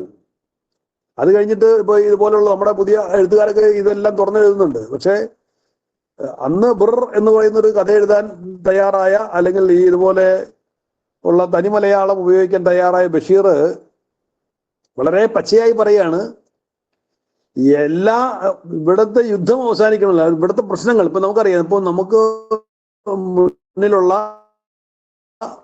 ഏതൊരു തരം വാദപ്രതിവാദങ്ങളെയും താൻപോരിമകളെയും അവസാനിക്കണമെങ്കിൽ എന്ത് വേണമെന്ന് പ്രകൃതി നമ്മളെ പഠിപ്പിച്ചു. അതായത് ഇപ്പോൾ നമ്മളെ ഈ കോവിഡ് വന്നപ്പോൾ നമുക്ക് മനസ്സിലായി, ആളുകൾ തമ്മിൽ അടച്ചിരിപ്പിന്റെ കാലത്ത് എങ്ങനെയെങ്കിലും ഒന്ന് അടുത്തിരുന്നെങ്കിൽ കൊള്ളാമായിരുന്നു. പ്രളയം വന്നപ്പോൾ ഒരു തുണ്ട് കഷ്ണം റൊട്ടിക്ക് വേണ്ടി ഏറ്റവും വലിയ വീട്ടിൽ നിന്നുകൊണ്ട് കരച്ചിൽ വരുന്ന ഒരവസ്ഥ നമ്മൾ കണ്ടു. അപ്പൊ അതുകൊണ്ട് തന്നെയാണ് ബഷീറെ സമകാലീനാവുന്ന അങ്ങനെയാണ്. ബഷീർ പറയുന്നു, ഇന്നത്തെ എല്ലാ രാഷ്ട്രീയ നായകന്മാർക്കും, എല്ലാ മതപ്രതിനിധികൾക്കും, എല്ലാ പോലീസുകാർക്കും, മജിസ്ട്രേറ്റുമാർ, ജഡ്ജിമാർ, വക്കീലന്മാർ, പത്രക്കാർ, അധ്യാപകർ, എല്ലാ പട്ടാളക്കാർക്കും, ഭൂമിയിലുള്ള ഓരോ സ്ത്രീ പുരുഷന്മാർക്കും എനിക്കുള്ള പോലെ ഭയങ്കര ചൊറിച്ചിലും കടിയുമുള്ള പരമരസികൻ വരട്ടുചൊറി വരണം. വരട്ടുചൊറി വന്നിട്ടുണ്ടെങ്കിൽ എന്താ പ്രത്യേകത? അത് ചൊറിഞ്ഞുകൊണ്ടിരിക്കും, വേറൊന്നും ചിന്തിക്കാൻ അറിയില്ല. അപ്പൊ അങ്ങനെ ഈ തരത്തിൽ ഉള്ള ഒരവസ്ഥയിലേക്ക് വന്നാൽ മാത്രം, അതായത് ലോകത്തിന് അവരവരെ ബാധിക്കുന്ന ഒരു വിഷയം, ലോകത്തിനെ പൊതുവായി ബാധിക്കുന്ന ഒരു വിഷയത്തിലേക്ക് വരുമ്പോൾ ലോകം മനുഷ്യനിലേക്ക് ചുരുങ്ങുകയും മനുഷ്യനായി മാറുകയും ചെയ്യുന്നു എന്ന് നമുക്ക് മനസ്സിലാക്കാൻ പറ്റും. അങ്ങനെ ബഷീറിനെ പറ്റി നമുക്ക് ധാരാളം കാര്യങ്ങൾ പറയാനുണ്ടാകും. ബഷീറിന്റെ പുസ്തകങ്ങളിലേക്ക് പോകുമ്പോൾ ഇപ്പോൾ ഒന്നും വലിയ എന്ന് പറയുന്ന മജീദിന്റെയും സുഹറയുടെയും പ്രേമം, ആ ഒരു പ്രേമം യൗവനോ യുക്തവും പ്രേമസുരബലവുമായ എന്ന് പറയുന്ന കാലഘട്ടത്തെ മാറ്റി നിർത്തിക്കൊണ്ട് ഏറ്റവും തീക്ഷ്ണമായ അനുഭവങ്ങളിലൂടെ കടന്നു പോകുന്ന പ്രേമം. ഇപ്പൊ പാത്തുമ്മയുടെ ആടിലൂടെ ജീവിതത്തിന്റെ അനുഭവങ്ങൾ, ഇന്ദുപ്പാപ്പക്കാരൻ്റെ ജീവിതത്തിന്റെ റദ്ദ് ചെയ്യപ്പെടൽ, ജീവിതത്തിന്റെ നിരർത്ഥകത്വം വ്യക്തമായി ബോധ്യപ്പെടുത്തുമ്പോൾ ഈ പാവപ്പെട്ടവരുടെ വേശ്യ, ശബ്ദങ്ങൾ തുടങ്ങിയ കഥകളിലൂടെ ബഷീർ പറയുന്ന ജീവിതങ്ങൾ, അതുപോലെ തന്നെ മതിലുകളിലൂടെ പറയുന്ന അനുഭവം, ഇങ്ങനെ ബഷീർ എഴുതുന്നതെല്ലാം ഇപ്പോൾ കഥകളിലാണെങ്കിൽ ഇപ്പൊ ഞാൻ ആദ്യം പറഞ്ഞ ഇപ്പൊ അതുപോലെ ബഷീറിന്റെ ഒരാളെന്ന് പറയുന്ന കഥ ഏറ്റവും കൂടുതലായിട്ട് ലോകം ശ്രദ്ധിച്ച കഥ നമുക്കറിയാം. അതായത് അയാളുടെ കഥ പറയുമ്പോൾ അയാളുടെ മുൻപിൽ അയാളുടെ പേഴ്സ് മോഷ്ടിച്ച ആൾ തന്നെ ദൈവമായി മാറുന്ന ഒരവസ്ഥ. ദൈവം എന്ന് പറയുന്നത് ഇപ്പോൾ ഈ ന്യൂട്ട് ഹാംസിന്റെ വിശപ്പ് എന്ന് പറയുന്ന നോവലുണ്ട്, ബഷീറിന്റെ വിശപ്പുണ്ട്, ദസ്റ്റോവസ്കിയുടെ നോവലുകളിൽ വരുന്ന ചില കഥാപാത്രങ്ങളുണ്ട്. അങ്ങനെ ഭ്രാന്തമായ അവസ്ഥയിൽ അല്ലെങ്കിൽ ജീവിതത്തിന്റെ ഏറ്റവും തീക്ഷ്ണമായ അനുഭവങ്ങളിലൂടെ കടന്നു പോകുന്ന ചില കഥാപാത്രങ്ങളെ ബഷീറിൽ വായിക്കാൻ പറ്റും. ബഷീറിന് എന്തുകൊണ്ടൊരു ജ്ഞാനപീഠം കിട്ടിയില്ല എന്നൊരു ചോദ്യമുണ്ട്. ഇത് വലുതായി നമ്മൾ ചർച്ച ചെയ്യേണ്ട വിഷയമാണ്. ബഷീറിന് എന്തുകൊണ്ട് ജ്ഞാനപീഠം കിട്ടിയില്ല എന്നൊക്കെ ചർച്ച ചെയ്യുന്നത് വലിയ വിഷയങ്ങളിലേക്ക് പോകും. കാരണം ബഷീറിന് ജ്ഞാനപീഠം കിട്ടേണ്ടതായിരുന്നു, അത് എവിടെയോ തടഞ്ഞു പോയി. ബഷീറിന് അതുപോലെ നമുക്ക് പറ്റിയതുണ്ടെങ്കിൽ മലയാളത്തിൽ നിന്ന് ബഷീറിന്റെ സാഹിത്യത്തെ ലോക സാഹിത്യത്തിന് മേഖലകളിലേക്ക് കയറ്റിവിടാനായിട്ട് അക്കാലത്ത് ആളുകളുണ്ടായിരുന്നില്ല. അതായത് ആഷറെ പോലുള്ള ആളുകൾ വളരെയേറെ ശ്രമിച്ചിരുന്നു എങ്കിൽ പോലും അത്രമാത്രം അത് പ്രവർത്തന വിജയത്തിലേക്ക് മാറിയില്ല. എന്നാൽ പോലും ഡോക്ടർ എം ബഷീർ നമുക്ക് വളരെ ഗൗരവമായി അതിനെപ്പറ്റി ചെയ്തിട്ടുള്ള ആളുകളാണ്. പക്ഷേ അത് വിജയിച്ചിരുന്നെങ്കിൽ എനിക്ക് തോന്നുന്നു ഈ ബഷീർ സാഹിത്യം ഇപ്പൊ 1908 ജനുവരി മാസം 20 18 19 21 ബഷീറിന്റെ ജന്മദിനം പറയുമ്പോൾ 94 ജൂലൈ 5 എന്നുള്ളത് ഉറപ്പിച്ച ദിവസമാകും. ഇത്രയും കാലഘട്ടത്തിൽ ജീവിച്ച കഴിഞ്ഞിട്ടും ബഷീർ ഇന്നും വായിക്കപ്പെടുമ്പോൾ ബഷീർ ഒരു നോബൽ പ്രൈസ് ലോറേറ്റ് ആയിട്ട് രവീന്ദ്രനാഥ് ടാഗോറിന് ശേഷം ഇന്ത്യ കാണേണ്ടിയിരിക്കുന്ന ഒരു എഴുത്തുകാരനായിരുന്നു ആയിരുന്നു എന്നല്ല ആണെന്ന് തന്നെ. അതായത് ബഷീർ കാലഗതി പ്രാപിച്ചു പോയെങ്കിൽ പോലും ബഷീർ കണ്ടംപററിയായി ഇപ്പോഴും നമുക്ക് സമകാലീനായിട്ട് നിൽക്കുന്നു. നമുക്ക് ബഷീറിന്റെ ഏതൊരു പുസ്തകം എടുത്ത് വായിക്കുമ്പോഴും നമുക്ക് ആ പുസ്തകത്തെ ഈ കാലഘട്ടവുമായിട്ട് ബന്ധപ്പെടുത്തിക്കൊണ്ട് നമുക്ക് നിൽക്കാൻ പറ്റും. അതുകൊണ്ടാണ് ചെവിയോർപ്പിൻ അന്തിമഹാകാഹളം എന്ന് പറയുന്ന ആ ഒരു ആഹ്വാനം നമ്മുടെ മനസ്സിൽ വരുന്നത്. ലോകാ സമസ്തോ സുഖിനോ ഭവന്തു മംഗളം ഭവന്തു എന്ന് പറഞ്ഞ് ഞാൻ അവസാനിപ്പിക്കുകയാണ്. നമസ്കാരം. എന്നെ ഇതിനു വേണ്ടി ക്ഷണിച്ച മോഹൻ സാറിനും എന്നെ ഇത്രയും നേരം നിങ്ങൾ കേട്ട നിങ്ങൾക്ക് എല്ലാവർക്കും കുന്നത്തൂർ ജയപ്രകാശ് അടക്കം നമ്മുടെ രവീന്ദ്രൻ സാർ അടക്കമുള്ള എല്ലാ പ്രഗത്ഭമതികൾക്കും ഗുരു സ്ഥാനീയർക്കും എൻ്റെ നമസ്കാരം പറഞ്ഞുകൊണ്ട് ഞാൻ അവസാനിപ്പിക്കുകയാണ്. എൻ്റെ ഭാഷണത്തിൽ എന്തെങ്കിലും തെറ്റുകൾ വന്നിട്ടുണ്ടെങ്കിൽ നിങ്ങൾ ക്ഷമിക്കണം. നിങ്ങളുടെ ഒരു അനുഗ്രഹം എനിക്ക് ഉണ്ടാകണമെന്ന് മാത്രം പ്രാർത്ഥിച്ചുകൊണ്ട് ഞാൻ നിർത്തുന്നു. നന്ദി, നമസ്കാരം. വളരെ ഒത്തിരി കാര്യങ്ങൾ മനസ്സിലാക്കി തന്ന എൻ്റെ പ്രിയപ്പെട്ട അവതാരകൻ സാബു വർഗീസ് സാർ, ഒത്തിരി കാര്യങ്ങൾ നമ്മുടെ വൈക്കം മുഹമ്മദ് ബഷീറിനെ കുറിച്ച് ഒത്തിരി കാര്യങ്ങൾ എനിക്ക് ധാരാളം കാര്യങ്ങൾ മനസ്സിലായി. നമ്മുടെ ഈ ചർച്ച നയിക്കുന്നതിന് വേണ്ടി നമ്മുടെ KRTCയുടെ സംസ്ഥാന രക്ഷാധികാരി രവീന്ദ്രനാഥ് സാറെ ക്ഷണിച്ചോളൂ. പ്രിയപ്പെട്ട അധ്യക്ഷൻ, ഇത് അവതരിപ്പിച്ച സാബു സാറ്, ഇത് പങ്കെടുപ്പിക്കുന്ന നമ്മുടെ ജില്ലാ സെക്രട്ടറി മോഹൻ സാർ അടക്കം ഈ പരിപാടിയിൽ പങ്കെടുക്കുന്ന എല്ലാവർക്കും വളരെ ഒരു സ്വാഗതം പറയുകയാണ്. സമയം നമുക്ക് വളരെ പരിമിതമായ സമയത്ത് ബഷീറിന്റെ കഥാപാത്രങ്ങളിലൂടെ വളരെ വിശദമായി തന്നെ ഏതാണ്ട് ഇപ്പൊ സാബു സാർ കടന്നുപോയിട്ടുണ്ട്.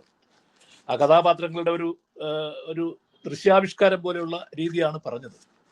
പക്ഷെ ഇന്ന് ജൂലൈ 5 എന്നുള്ള നിലയ്ക്ക് നമ്മൾ അദ്ദേഹത്തെ ഓർമ്മിക്കുമ്പോൾ വളരെ വ്യക്തമായി പറയേണ്ട ഒരു കാര്യം, 118 വർഷങ്ങൾക്ക് മുമ്പ് ഇപ്പോ വൈക്കത്ത് ജനിച്ച അദ്ദേഹം തലയോലപ്പറമ്പിലാണ് ജനിച്ചതെന്ന് പറയുന്നു. അത് ശരിക്കും സാറ് പറഞ്ഞതുപോലെ വ്യത്യാസമുണ്ട്. ജാതകമില്ല എന്നുള്ളതാണ് അതിനകത്ത് പറയുന്നത്. ജാതകം എടുത്ത് അനിയന്മാര് ആരോ എടുത്ത് തീയിട്ട് കളഞ്ഞു എന്നാണ് പറയുന്നത്. അതുകൊണ്ടാണ് അങ്ങനെ ഡേറ്റ് ഓഫ് ബർത്തിനെ സംബന്ധിച്ചൊരു സംശയം വന്നത്. അപ്പൊ 1908 ജനുവരി 21 എന്ന് പൊതുവെ അംഗീകരിക്കപ്പെട്ട ഒരു ഡേറ്റാണ് അദ്ദേഹത്തിന്റെ ജന്മത്തീയതിയായിട്ട് പറഞ്ഞിട്ടുള്ളത്. പക്ഷെ 1994 ജൂലൈ 5 അദ്ദേഹത്തിന്റെ ചരമദിനമായി ആചരിക്കുന്നു. അതുകൊണ്ടാണ് നമ്മൾ എക്കാര്യത്തിൽ ആർക്കും തർക്കമില്ല. അപ്പൊ 118 വർഷങ്ങൾക്ക് മുമ്പ് ജനിച്ച് 32 വർഷങ്ങൾക്ക് മുമ്പ് മരിച്ച മലയാളത്തിന്റെ ഒരു ഇതിഹാസകാരൻ, മനുഷ്യ കഥാനുയായിയായ നമ്മുടെ സാഹിത്യകാരൻ ജീവിതം എന്താണ് എന്ന് പഠിക്കുകയും സ്വജീവിതം തന്നെ കഥയാക്കി മാറ്റുകയും ചെയ്തുകൊണ്ട് നമ്മുടെ ജീവിതത്തിലേക്ക് കടന്നു വന്ന ഒരുപാട് സംഭവങ്ങളാണ് വൈക്കം മുഹമ്മദ് ബഷീറിന് എന്ന് പറയുന്ന സാഹിത്യകാരനെ നമ്മൾ അനുസ്മരിക്കുമ്പോൾ ഉള്ളത്. അപ്പൊ കഥയും കഥാപാത്രങ്ങളെയും സംബന്ധിച്ചൊന്നും ഞാൻ കടന്നു പോകാതെ ശ്രീ ജയപ്രകാശ് സൂചിപ്പിച്ചതുപോലെയുള്ള 1-2 സംഭവങ്ങൾ തീർച്ചയായിട്ടും ഈ ചർച്ചയിൽ അനിവാര്യമായിരിക്കും എന്നുള്ളത് കൊണ്ട് അക്കാര്യങ്ങൾ മാത്രം ഇവിടെ സൂചിപ്പിക്കുവാൻ ഞാൻ ആഗ്രഹിക്കുകയാണ്. അപ്പൊ 86-ാമത്തെ വയസ്സിലാണ് അദ്ദേഹം മരിക്കുന്നത്. പ്രാഥമിക കാലം വൈക്കത്ത് തലയോലപ്പറമ്പിൽ നിന്നും ഈ പറഞ്ഞതുപോലെ ഏതാണ്ട് 9 വർഷക്കാലം ഇന്ത്യയിലും വിദേശത്തുമായിട്ടുള്ള പര്യടനത്തിന് ശേഷമാണ് അദ്ദേഹം സാഹിത്യ പ്രവർത്തനത്തിലേക്ക് കടക്കുന്നത് എന്നാണ് പറഞ്ഞിട്ടുള്ളത്. അതായത് ഏറ്റവും അധികം വായിക്കപ്പെട്ട എഴുത്തുകാരൻ, മലയാള ഭാഷയ്ക്ക് ഹൃദയം നൽകിയ എഴുത്തുകാരൻ എന്നാണ് അദ്ദേഹത്തെ കുറിച്ച് പറയുന്നത്.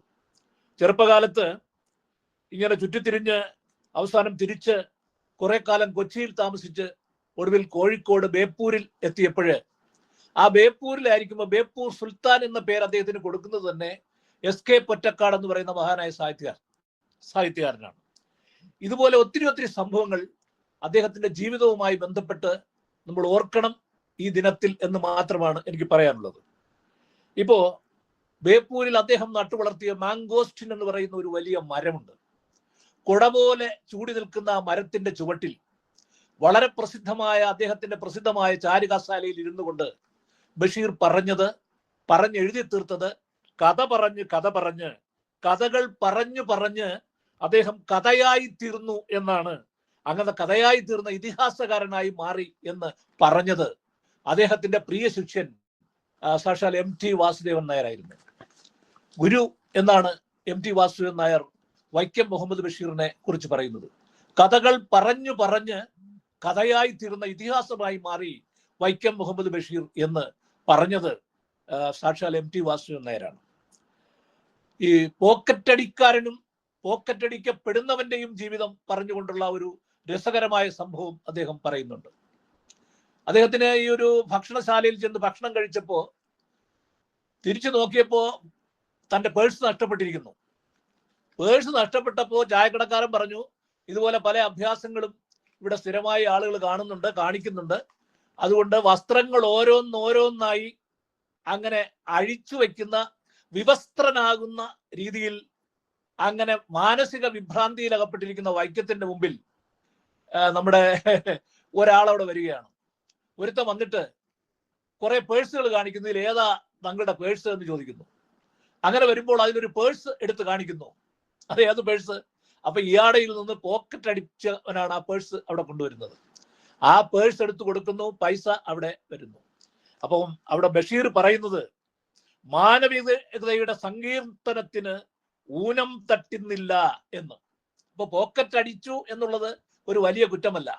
പക്ഷെ ആ സന്ദർഭത്തിൽ തന്റെ ജീവൻ രക്ഷിച്ച, തന്റെ അഭിമാനം രക്ഷിച്ച ആ പോക്കറ്റടിക്കാരനെ വളരെ ഹൈലൈറ്റ് ചെയ്തുകൊണ്ട് ബഷീർ പറയുന്ന ഒരു കഥ ഇവിടെ ഓർമ്മിച്ചതാണ്. അപ്പൊ കാലത്തിന്റെ ഉരകടലാസിൽ നേരത്തെ അദ്ദേഹം പറഞ്ഞതുപോലെ ഒന്നും ചേർന്നാൽ ഇമ്മണി വലിയ ഒന്നാകും എന്ന് പറഞ്ഞതും ബഷീർ തന്നെയാണ്. ഈ വിഭ്രമാവസ്ഥ എന്ന് പറയുന്നു, ഉന്മാദാവസ്ഥ എന്ന് പറഞ്ഞത് വെറും കഥയല്ല, അതൊരു സംഭവമാണ്. അദ്ദേഹം ഉന്മാദാവസ്ഥയിലായതിനും ഒരു കഥയുണ്ട്. അദ്ദേഹത്തിന്റെ ഒരു വളരെ പ്രസിദ്ധമായ ഒരു ചലച്ചിത്രമാണ് ഭാർഗവീ നിലയം എന്ന് നിങ്ങൾക്കറിയാം. ഈ ഭാർഗവീ നിലയം എന്ന് പറയുന്നത് അദ്ദേഹത്തിന്റെ പ്രസിദ്ധമായ നീല വെളിച്ചം എന്ന് പറയുന്ന ഒരു പുസ്തകത്തിന്റെ ചലച്ചിത്രാവിഷ്കാരമാണ് ഭാർഗവീ നിലയം. എങ്ങനെയാണ് നീല വെളിച്ചം ഉണ്ടായത്? അദ്ദേഹം ഇങ്ങനെ ദിവസവും തന്റെ വീടിന്റെ ഉമ്മറപ്പടിയിൽ ഇരുന്നു കൊണ്ട് കായലിൽ ഇങ്ങനെ നോക്കും. പാതിരാവിൽ ഒരു നീല വെളിച്ചം അദ്ദേഹം കാണുന്നു. ആ യക്ഷിയുമായിട്ട് ബഷീർ ഇങ്ങനെ എന്നെ സംവാദം നടത്തുന്നു എന്നാണ്.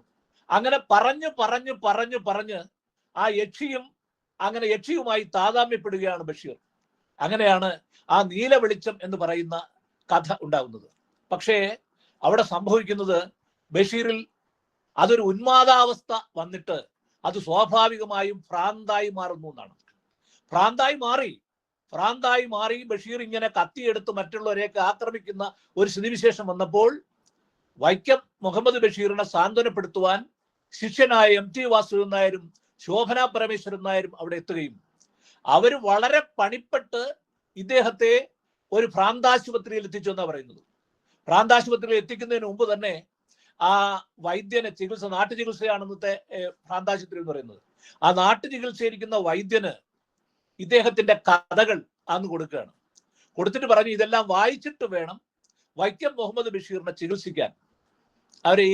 അത് MT വാസുദേവൻ നായരും ശോഭന പരമേശ്വരൻ നായരും അവരുടെ ആത്മകഥയിൽ പറയുന്നു. അവിടെ ഇങ്ങനെ ഈ കഥകൾ കൊടുത്ത് അവിടെ കൊണ്ടുവന്നു. തീർച്ചയായിട്ടും അദ്ദേഹത്തെ ഒരു പ്രത്യേക സ്ഥലത്തിരുത്തി അവിടെ ചികിത്സയോടെ തുടക്കുമ്പോഴും അദ്ദേഹം പറയുന്നുണ്ട്, തനിക്ക് ചെടികൾ നട്ടു വളർത്താൻ, പൂന്തോട്ടം വളർത്താൻ സൗകര്യം ഉണ്ടാകണം, തനിക്ക് ദിവസവും അവയെ പരിപാലിക്കണം, തനിക്ക് വൃക്ഷങ്ങൾ നട്ടു വളർത്താൻ സൗകര്യം വേണം, തനിക്ക് അവയെ പരിപാലിക്കണം എന്ന് പറഞ്ഞല്ലോ. പ്രകൃതിയിലുള്ള ഓരോ വസ്തുക്കളോടും താതാമ്യം പ്രാപിച്ചുകൊണ്ട് അവർക്കെല്ലാം ഭൂമിയുടെ അവകാശികൾ അദ്ദേഹം പറയുന്നുണ്ട്. അപ്പോൾ ഈ കഥ ഇങ്ങനെ വന്നപ്പോഴാണ് വൈദ്യനോട് അവർ ചോദിക്കുന്നുണ്ട്, വൈദ്യൻ അദ്ദേഹം എഴുതിയ പുസ്തകങ്ങളെല്ലാം വായിച്ചോ എന്ന് ചോദിച്ചു. അപ്പൊ വൈദ്യൻ പറഞ്ഞ ഒരു മറുപടിയാണ് ഈ കഥയുടെ ഇവിടെ നമ്മൾ സൂചിപ്പിക്കുന്നത്. അദ്ദേഹം പറഞ്ഞത്, ഇത്തരം കഥകൾ എഴുതിയ ഈ മനുഷ്യൻ എത്രയോ ദിവസങ്ങൾക്ക് മുമ്പ് തന്നെ ഈ ഭ്രാന്താശുപത്രിയിൽ വരേണ്ടതായിരുന്നു എന്ന്. അപ്പൊ അദ്ദേഹത്തിന്റെ കഥകളിൽ ആ ഉന്മാദാവസ്ഥയുടെ പരമകാഷ്ഠയിലെത്തിയതിന്റെ കഥകളാണ്. അങ്ങനെ സ്വയം ജീവിതത്തിന്റെ പറഞ്ഞ് വിഭ്രാന്തിയിലും ഉന്മാദത്തിലും എത്തിയ കഥയാണ് അത് അവിടെ സൂചിപ്പിച്ചത്. തീർച്ചയായിട്ടും ഇത് MTയും അതുപോലെ തന്നെ ശോഭന പരമേശ്വരൻ നായരും പറഞ്ഞിട്ടുള്ള ഒരു കാര്യമാണ്. സ്വാതന്ത്ര്യ സമരത്തിൽ പങ്കെടുത്ത കാര്യം എല്ലാവരും പറഞ്ഞു. ഉപ്പു സത്യാഗ്രഹത്തിൽ പങ്കെടുത്ത് അറസ്റ്റ് വരിച്ചത് കഴിഞ്ഞു. 1982 അദ്ദേഹത്തിന് പത്മശ്രീ പുരസ്കാരം നൽകിയത്. മറ്റൊരു പുരസ്കാരത്തെ കുറിച്ച് ജയപ്രകാശ് നേരത്തെ ഇവിടെ സൂചിപ്പിച്ചിട്ടുണ്ട്. എങ്കിലും വളരെ പ്രധാനമായിട്ട് എന്നെ കൂടുതൽ ആകർഷിച്ച ഒരു കഥാപാത്രം, കാരണം സംസ്കാര സാഹിതി ഒരു വളരെ പ്രധാനമായ ഒരു നാടകം ഇപ്പൊ പ്രസിദ്ധീകരിച്ചിട്ടുണ്ട്. ആ നാടകത്തിന്റെ പേര് നമുക്കറിയാം, മുച്ചീട്ട് കളിക്കാരന്റെ മകൾ എന്ന് പറയുന്ന ഒരു നാടകം. വൈക്കത്തിന്റെ ബഷീറിന്റെ വളരെ പ്രസിദ്ധമായ ഒരു നാടകമാണ്. അതിലൊരു ഒറ്റക്കണ്ണം പോക്കർ എന്ന് പറയുന്ന ഒരു കഥാപാത്രമുണ്ട്. ആനവാരി രാമൻ നായരുണ്ട്, അതുപോലെ തന്നെ മണ്ടൻ മുത്തവയുണ്ട്. ഈ പറഞ്ഞിട്ടുള്ള കഥാപാത്രങ്ങൾ അദ്ദേഹം ഒരു കഥയിൽ നിന്ന് മറ്റൊരു കഥയിൽ പോകുമ്പോൾ കഥാപാത്രങ്ങൾ അതിലൊക്കെ തന്നെ ആവർത്തിച്ച് കഥാപാത്രങ്ങളെ അവതരിപ്പിക്കുന്നുണ്ട്. തീർച്ചയായിട്ടും ഇത് പറയുമ്പോൾ ബേപ്പൂർ സുൽത്താൻ എന്ന പേര് നൽകിയത് SK പൊറ്റക്കാടാണ് എന്ന് നമ്മൾ പറഞ്ഞു. ഇനി അദ്ദേഹത്തിന്റെ പ്രധാനപ്പെട്ട കൃതികൾ പലതും അതിന്റെ കഥാപാത്രങ്ങളെ കുറിച്ച് നമ്മുടെ സാബു സാർ വളരെ വിശദമായി തന്നെ ഇവിടെ പറഞ്ഞിട്ടുണ്ട്. എങ്കിലും നമ്മൾ ഏതെങ്കിലും ഒരു പ്രത്യേക പുസ്തകത്തെ കുറിച്ചുള്ള അല്ലെങ്കിൽ 1-2 പുസ്തകങ്ങളെ കുറിച്ച് ഉള്ള ഒരു സജീവമായ ചർച്ചയാണെങ്കിൽ അത് കുറച്ചുകൂടി തീർച്ചയായിട്ടും ഓരോരുത്തരുടെ അഭിപ്രായം അനുസരിച്ച് രസകരമായിരിക്കും എന്ന് തോന്നുന്നു. തീർച്ചയായിട്ടും നമ്മുടെ പ്രിയപ്പെട്ട സുഹൃത്തുക്കൾ ഇനിയും ഒത്തിരി പേര് ഇവിടെ നമ്മൾ ഈ കാര്യത്തിൽ അഭിപ്രായം പറയാനുണ്ട്. ഞാൻ അതുകൊണ്ട് വളരെ പ്രധാനപ്പെട്ട കാര്യങ്ങൾ ഏതാണ്ട് പറഞ്ഞുകൊണ്ട് ചുരുക്കുകയാണ്. നമുക്കറിയാം ബാല്യകാല സഖി, അതുപോലെ തന്നെ പാത്തുമ്മയുടെ ആട്, പ്രേമലേഖനം അറിയാമല്ലോ. ഉണ്ടുപ്പാക്ക് ഒരു ആനയുണ്ടായിരുന്നു. മതിലുകൾ എന്നുള്ളതിലാണ് നമുക്കറിയാം ഈ മമ്മൂട്ടിയും അഭിനയിച്ചത്, ബഷീറായിട്ട് അഭിനയിക്കുന്ന അറിയാം. അപ്പുറം ഇപ്പുറം മതിലുകൾ എന്ന് പറയുന്ന കഥയുണ്ട്. അതുപോലെ തന്നെ പ്രേമലേഖനമുണ്ട്. ഭൂമിയുടെ അവകാശികളുണ്ട്. നമ്മുടെ 10ാം ക്ലാസ്സിലൊക്കെ കുട്ടികളെ പഠിപ്പിച്ചിട്ടുള്ള ഒരു ഭാഗമാണ് ഭൂമിയുടെ അവകാശികൾ എന്ന് പറയുന്നത്. ആനവാരിയും പൊൻകുരിശുമുണ്ട്. അതുപോലെ സ്ഥലത്തെ പ്രധാന പയ്യൻസ് ഉണ്ട്. ആ മുച്ചീട്ട് കളിക്കാരന്റെ മകൾ എന്ന് പറയുന്ന നാടകം, അത് നാടകമല്ല, അതൊരു ശരിക്കും നോവലാണ്. ആ നോവലിനെ നാടകാവിഷ്കാരമാക്കിയപ്പോഴുണ്ടായിട്ടുള്ള ഒരു കാര്യമാണ് പറഞ്ഞത്. അത് കേരളത്തിൽ അങ്ങോളം ഇങ്ങോളം ഏതാണ്ട് എത്രയോ വേദികളിൽ അതിഹിറ്റായിട്ട് ഓടിക്കൊണ്ടിരിക്കുന്നുണ്ട് ആ ഒരു നാടകം. ഞാനത് സൂചിപ്പിച്ചത് ഇതുപോലെ ഇപ്പൊ മലയാള സാഹിത്യത്തിൽ തന്നെ അദ്ദേഹത്തിന്റെ എത്രയോ കഥകൾ ഇപ്പൊ സിനിമകളായി മാറി. എത്രയോ നാടകങ്ങൾ ഇനിയും രംഗത്ത് വരാനുണ്ട്. അങ്ങനെ ബഷീറിനെ കുറിച്ച് പഠിക്കുവാനും ബഷീറിനെ മനസ്സിലാക്കുവാനും അദ്ദേഹത്തിന്റെ കഥാപാത്രങ്ങളുമായിട്ട് താരതമ്യം ചെയ്യുവാനുമുള്ള ഒരു അവസരം എന്നുള്ള നിലയ്ക്ക് തീർച്ചയായിട്ടും ഇന്നിപ്പോ നമുക്ക് വന്നിട്ടുള്ള ഒരു പുതിയ ഒരു തുടക്കമാണ് KRTC ഇപ്പൊ തിരുവനന്തപുരം ജില്ലാ കമ്മിറ്റി ആവിഷ്കരിച്ചിട്ടുള്ളത്. അതൊരു നല്ല രീതിയിൽ പോകട്ടെ എന്ന് തന്നെയാണ് എന്റെയും ഒരു ആശംസ. ഇത് തുടങ്ങി വച്ച അല്ലെങ്കിൽ അതിനെപ്പറ്റിയുള്ള ഒരു അഭിപ്രായവുമായിട്ട് പലരും അവരവരുടെ വീക്ഷണകോണുകളിൽ നിന്നുകൊണ്ട് ബഷീറിനെ വായിക്കുവാനും ബഷീറിനെ അറിയുവാനും ഉള്ള ഒരു സാഹചര്യം ഉണ്ടാകട്ടെ. തീർച്ചയായിട്ടും ഇനിയും ഇത്തരത്തിലുള്ള സാഹിത്യകാരന്മാരെ നമുക്ക് കൂടുതൽ അറിയുവാനുള്ള അവസരം ഉണ്ടാകട്ടെ എന്ന് പറയുന്നു. അദ്ദേഹത്തിന്റെ ശബ്ദങ്ങൾ വളരെ പ്രധാനപ്പെട്ട ഒരു കഥയാണ്. അതുപോലെ ധാരാളം സന്ദേശങ്ങൾ. വിശ്വവിഖ്യാതമായ മൂക്കെന്ന് പറയുന്നുണ്ട്. അപ്പം ഈ ചിരിക്കുക ചിന്തിക്കുക എന്നുള്ളതാണ് അദ്ദേഹത്തിന്റെ ജീവിതത്തിൽ എപ്പോഴും നമുക്ക് നൽകുന്ന സന്ദേശം. ചിരിക്കാനും ചിന്തിക്കുവാനും അത് ജീവിതത്തിന്റെ ശൈലിയായി മാറ്റാനുമുള്ള ബഷീറിന്റെ കഥാപാത്രങ്ങൾ അത് തീർച്ചയായിട്ടും അത് ഒരു സാങ്കല്പിക കഥാപാത്രങ്ങളല്ല. നമുക്ക് ചുറ്റുമുള്ള ജീവിതത്തിൽ നിന്നും അദ്ദേഹത്തിന് ചുറ്റുമുള്ള മാനുഷിക മൂല്യങ്ങളിൽ നിന്നും സമൂഹത്തിൽ നിന്നും ശരിക്കും അടർത്തിയെടുത്ത കഥയെന്ന് പറയുമ്പോൾ അത് തന്നെയാണ് ബഷീർ മറ്റ് കഥാപാത്രങ്ങളിൽ നിന്നും സാഹിത്യകാരന്മാരിൽ നിന്നും വേറിട്ട് നിൽക്കുന്നത് എന്ന് നമുക്ക് മനസ്സിലാക്കുവാൻ സാധിക്കും. ഈ ജൂലൈ 5 അദ്ദേഹത്തിന്റെ 32ാം ചരമ വാർഷിക ദിനത്തിൽ പ്രിയപ്പെട്ട മലയാളത്തിന്റെ അഭിമാനമായ ആ സാഹിത്യകാരനെ സ്മരണയ്ക്ക് മുമ്പിൽ അദ്ദേഹത്തിന് ആദരാഞ്ജലികൾ അർപ്പിച്ചുകൊണ്ട് ഇതിൽ പങ്കെടുത്ത അല്ലെങ്കിൽ പങ്കെടുത്തുകൊണ്ടിരിക്കുന്ന സംഘടിപ്പിച്ച എല്ലാ നല്ല മനുഷ്യർക്കും എല്ലാവർക്കും പ്രത്യേകമായിട്ടുള്ള ഒരു നന്ദി രേഖപ്പെടുത്തിക്കൊണ്ട് ഞാൻ അവസാനിപ്പിക്കുന്നു. ഇനിയും പറയാനുള്ള ഒരു പറയട്ടെ. ഇപ്പൊ തന്നെ 9:45 പോകുന്നു. നന്ദി, നമസ്കാരം. പറയാം. ഓക്കെ. നമ്മുടെ ചർച്ചയിൽ പങ്കെടുത്ത നമ്മുടെ പ്രിയപ്പെട്ട ബഹുമാനപ്പെട്ട സംസ്ഥാന രക്ഷാധികാരി രവീന്ദ്രനാഥ് സാറിൽ നിന്നും വ്യത്യസ്തമായ ഒത്തിരി കാര്യങ്ങൾ എന്നെ സംബന്ധിച്ച് നമ്മുടെ ഈ ഗ്രൂപ്പിൽ ഉള്ള അംഗങ്ങളെ സംബന്ധിച്ച് ഒത്തിരി കാര്യങ്ങൾ വീണ്ടും മനസ്സിലാക്കി. പ്രത്യേക താങ്ക്സ്. ജില്ലാ എക്സിക്യൂട്ടീവ് കമ്മിറ്റി അംഗം ശ്രീ സുദർശൻ സാറിനെ ഹാർദവമായി ക്ഷണിക്കുന്നു. പ്രിയമുള്ളവരെ, നമ്മുടെ അവതാരകൻ സാബു സാറും നമ്മുടെ പ്രിയപ്പെട്ട രക്ഷാധികാരി രവീന്ദ്ര സാറും ഒക്കെ വിശദമായിട്ട് കാര്യങ്ങൾ പറഞ്ഞു കഴിഞ്ഞു. സാബു സാറ് വളരെ ദീർഘമായിട്ട് തന്നെ വൈക്കം മുഹമ്മദ് ബഷീറിന്റെ രചനകളിലൂടെയും ഒക്കെ തന്നെ അദ്ദേഹത്തിന്റെ കുടുംബ പശ്ചാത്തലം ഒക്കെ തന്നെ വിശദീകരിച്ചുകൊണ്ട് കാര്യങ്ങൾ പറഞ്ഞു. അതിന് ഉപരിയായി നമ്മുടെ രക്ഷാധികാരി രവീന്ദ്ര സാറ് വീണ്ടും കുറെ കാര്യങ്ങൾ പുതുതായിട്ട് പറയുകയുണ്ടായി.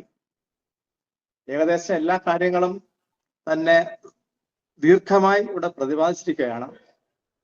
നമ്മൾ 8:30 തുടങ്ങിയതാണ്, ഇപ്പോഴും 9:43 ആകുന്നു. ഓൺലൈൻ ചർച്ച ആയതുകൊണ്ട് വളരെ കൂടുതൽ നീട്ടിക്കൊണ്ട് പോകാൻ കഴിയില്ല എന്ന് എനിക്കറിയാം.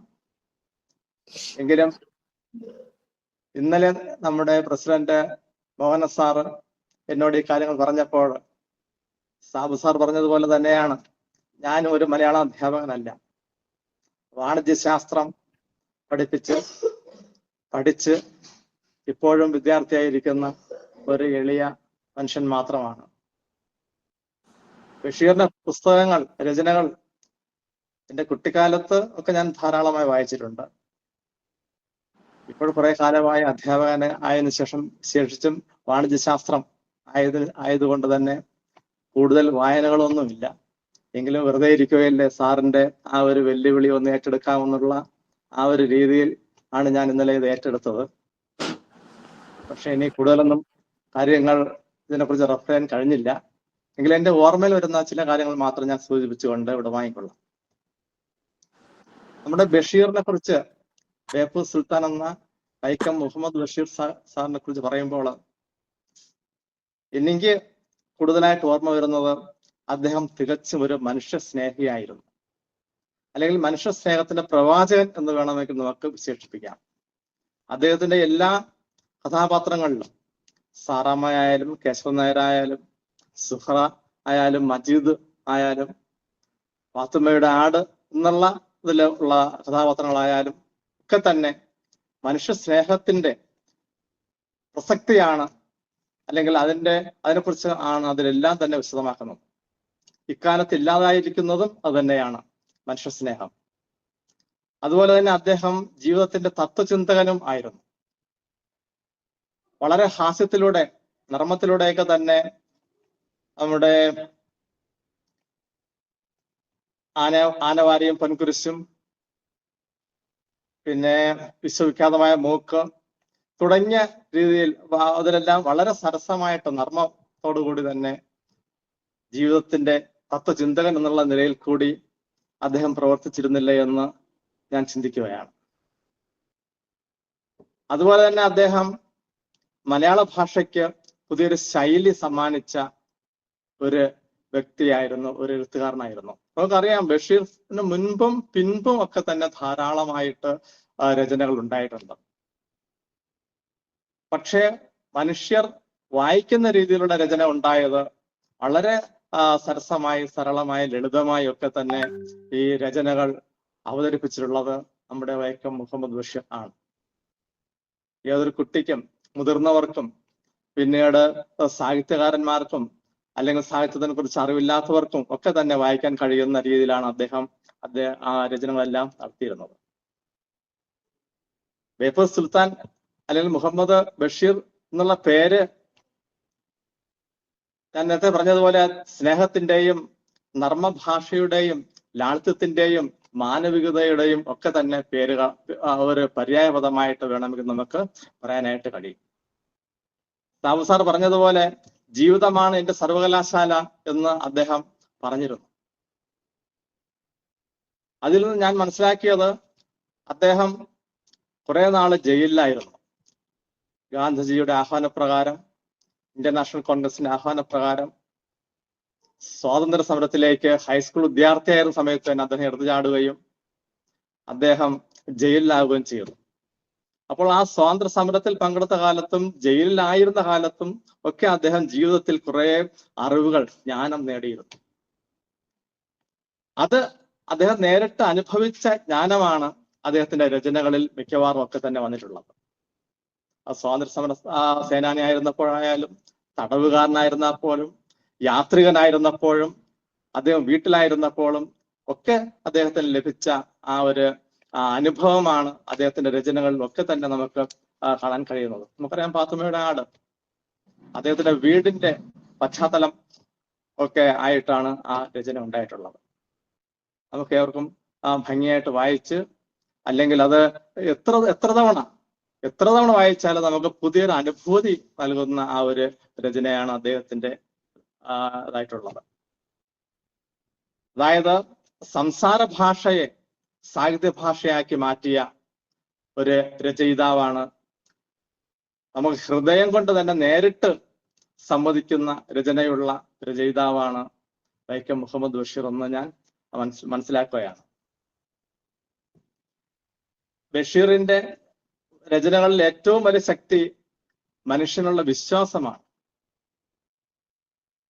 അതായത് ഒരു വ്യക്തിയിലുള്ള വിശ്വാസം എന്നുള്ള രീതിയിലാണ് അദ്ദേഹത്തിന്റെ രചന. അതായത് ജാതി, മത, രാഷ്ട്രീയ, സമ്പന്നനെന്നോ പാമരനെന്നോ എന്നുള്ള വ്യത്യാസമില്ലാതെ, അധികാരയാണോ അധികാരമില്ലാത്തവനാണോ എന്നുള്ള വ്യത്യാസമില്ലാതെ തന്നെ ഒരു മനുഷ്യ സ്നേഹമാണ് എല്ലാത്തിൻ്റെയും ആധാരം എന്ന് മനസ്സിലാക്കിയ, അതിനെക്കുറിച്ച് രചന നടത്തിയ ഒരു രചയിതാവായിട്ടാണ് വൈക്കം മുഹമ്മദ് ബഷീറിനെ നമുക്ക് കാണാൻ കഴിയുന്നത്. ഞാൻ കൂടുതലൊന്നും തന്നെ ദീർഘിപ്പിക്കുന്നില്ല. അദ്ദേഹത്തിന്റെ മുൻപും പിൻപും ഒക്കെ രചന ഉണ്ടായിട്ടുണ്ടെന്ന് പറഞ്ഞു. ഇക്കാലത്ത്, ഇന്ന് നമ്മുടെ കാലത്ത് ആധുനികമായിട്ട് ഒട്ടേറെ നമ്മുടെ സാങ്കേതിക വിദ്യ മാറിക്കൊണ്ടിരിക്കുകയാണ്. ഈ മാറിക്കൊണ്ടിരിക്കുന്ന ഇന്ന് പോലും അദ്ദേഹത്തിന്റെ രചന, അദ്ദേഹത്തിന്റെ നോവലുകളായാലും അദ്ദേഹം തന്നെ പറഞ്ഞിട്ടുണ്ട്, ഞാൻ കുറെ എന്തൊക്കെ എഴുതുന്നു, നിങ്ങൾ അതിനെ നോവൽ എന്ന് പറയുന്നു, ചിലർ അതിനെ കഥയെന്ന് പറയുന്നു, ചിലർ അതിനെ യാത്രാ വിവരണം എന്ന് പറയുന്നു, അല്ലെങ്കിൽ സ്വകാര്യ സംഭാഷണം എന്ന് പറയുന്നു. അദ്ദേഹത്തിന്റെ ഈ രചനകൾ ഏറെ പ്രസക്തിയുള്ളതായിട്ടാണ് നമുക്ക് വിലയിരുത്താൻ കഴിയുന്നത്. അതുകൊണ്ട് എനിക്ക് പറയാനുള്ളത്, അദ്ദേഹത്തിന്റെ പുസ്തകം നമ്മുടെ വീട്ടിൽ ലൈബ്രറിയിൽ സൂക്ഷിക്കുക. അത് നമ്മുടെ മക്കൾക്ക്, അതുപോലെ തന്നെ മറ്റുള്ളവർക്കെല്ലാം വായിക്കാൻ കൊടുക്കുക. നമ്മൾ ഒരിക്കൽ കൂടിയൊക്കെ വായിക്കുക. നമുക്ക് മനുഷ്യ സ്നേഹത്തിന്റെ ഒരു എന്താണ് അതിന്റെ പ്രാധാന്യം നമുക്ക് മനസ്സിലാക്കാൻ കഴിയും. അത് നമ്മുടെ ജീവിതത്തിൽ ഉണ്ടാകട്ടെ എന്ന് മാത്രം ആഗ്രഹിച്ചുകൊണ്ട് ഞാൻ കൂടുതൽ കാര്യങ്ങളൊന്നും പറയുന്നില്ല. ഞാൻ ഇടവാകുന്നു. നമ്മുടെ KRTC ഇതുപോലുള്ള സംരംഭങ്ങൾ വീണ്ടും ഏറ്റെടുക്കണം. നമുക്ക് അതായത് നമ്മുടെ തിരുവനന്തപുരം ജില്ലാ കമ്മിറ്റി ഞാൻ ഈ അവസരത്തെ ഹാർദമായി അഭിനന്ദിക്കുകയാണ് എന്ന് പറഞ്ഞുകൊണ്ട് ഞാൻ ഡോക്ടർ നിർത്തുന്നു. Okay sir. Thanks Sudarshan sir. അടുത്തതായി സംസാരിക്കുന്നതിന് വേണ്ടി ചർച്ചയിലേക്ക് ജില്ലാ ജോയിന്റ് സെക്രട്ടറി മിനി ടീച്ചറെ ക്ഷണിക്കുന്നു.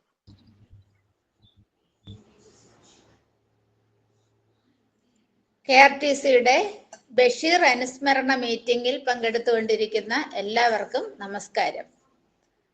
ബഷീറിനെ കുറിച്ചുള്ള കാര്യങ്ങളെല്ലാം ഇവിടെ രവീന്ദ്രൻ സാറും സാബു സാറും സുദർശനൻ സാറും പറഞ്ഞു കഴിഞ്ഞു. ഇനി അങ്ങനെ ഞാൻ കരുതി വെച്ചത് അദ്ദേഹത്തിന്റെ കൃതികളിലൂടെ ഒരു സഞ്ചാരമാണ് ഞാനും കരുതി വെച്ചത്. അപ്പൊ അതെല്ലാം ഇവിടെ പറഞ്ഞു കഴിഞ്ഞു. എങ്കിലും ബഷീറിന്റെ ഉദ്ധരണികൾ ഞാൻ പറയാം. കോട്ട്സ് ഓഫ് ബഷീർ, ബഷീറിന്റെ ഉദ്ധരണികൾ. അത് ഒരെണ്ണം, മണ്ടനും മടയനുമായ ആണിനെ നേർവഴിക്ക് നടത്താൻ ഗാഠമായ ചിന്തയ്ക്ക് ശേഷം ഈശ്വരൻ സൃഷ്ടിച്ച അത്ഭുത ജ്യോതിസാണ് സ്ത്രീ. വേറൊന്ന്, പച്ചയായ ജീവിതത്തിൽ ഓരോരുത്തരും ഓരോ അനാഥ ജീവിയാണ്. എന്റെ എഴുത്തുകൾ വായിച്ച് ഏറ്റവും കൂടുതൽ ചിരിച്ചത് ഞാനായിരിക്കും, കരഞ്ഞതും ഞാനായിരിക്കും. കാരണം അതൊക്കെയും എന്റെ അനുഭവങ്ങളായിരുന്നു. കുഴിമടിയന്മാരായ ബിടക്കൂസുകൾക്ക് പറ്റിയ പണിയാണ് ഈ എഴുത്ത്. അതാണ് ഞാൻ ഇത് തിരഞ്ഞെടുത്തത്. വേറൊന്ന്, ചൊറിയുന്നിടത്ത് മാന്തുന്നതിനേക്കാൾ വലിയ ആനന്ദം ഈ ലോകത്ത് വേറെയില്ല. പ്രിയ പ്രപഞ്ചമേ, ഞാനൊരു ചെറിയ ജീവിയാണ്. നിന്റെ അത്ഭുതങ്ങളെ പൂർണ്ണമായി ഉൾക്കൊള്ളുവാൻ എനിക്ക് കഴിയുന്നില്ല. വിപ്ലവത്തിന്റെ അഗ്നിജ്വാലകൾ ആളിപ്പടർന്ന് ഉയരട്ടെ. ഇന്നത്തെ സമുദായ ഘടനയെല്ലാം കത്തി ദഹിച്ച് സമത്വ സുന്ദരമായ പുതിയ ലോകം സംജാതമാകട്ടെ. മിഴികൾ തുടച്ചു ഞാൻ, വിറയാർന്ന കൈകൾ മുറുകെ പിടിച്ചു ഞാൻ. എന്തിനായിരുന്നു പ്രിയേ ഈ പ്രണയവും മരണവും? വിശ്വസാഹിത്യത്തിന് കൈരളിയുടെ സമ്മാനമാണ് വൈക്കം മുഹമ്മദ് ബഷീർ എന്ന് ഓർമ്മിച്ചുകൊണ്ട് അദ്ദേഹത്തിന്റെ ഓർമ്മകൾക്ക് മുൻപിൽ പ്രണാമം അർപ്പിച്ചുകൊണ്ട് നിർത്തുന്നു. നന്ദി, നമസ്കാരം. അടുത്തതായി മറുപടിക്ക് വേണ്ടി നമ്മുടെ പ്രിയപ്പെട്ട അവതാരകൻ ശ്രീ സാബു വർഗീസ് സാറിനെ ക്ഷണിക്കുന്നു.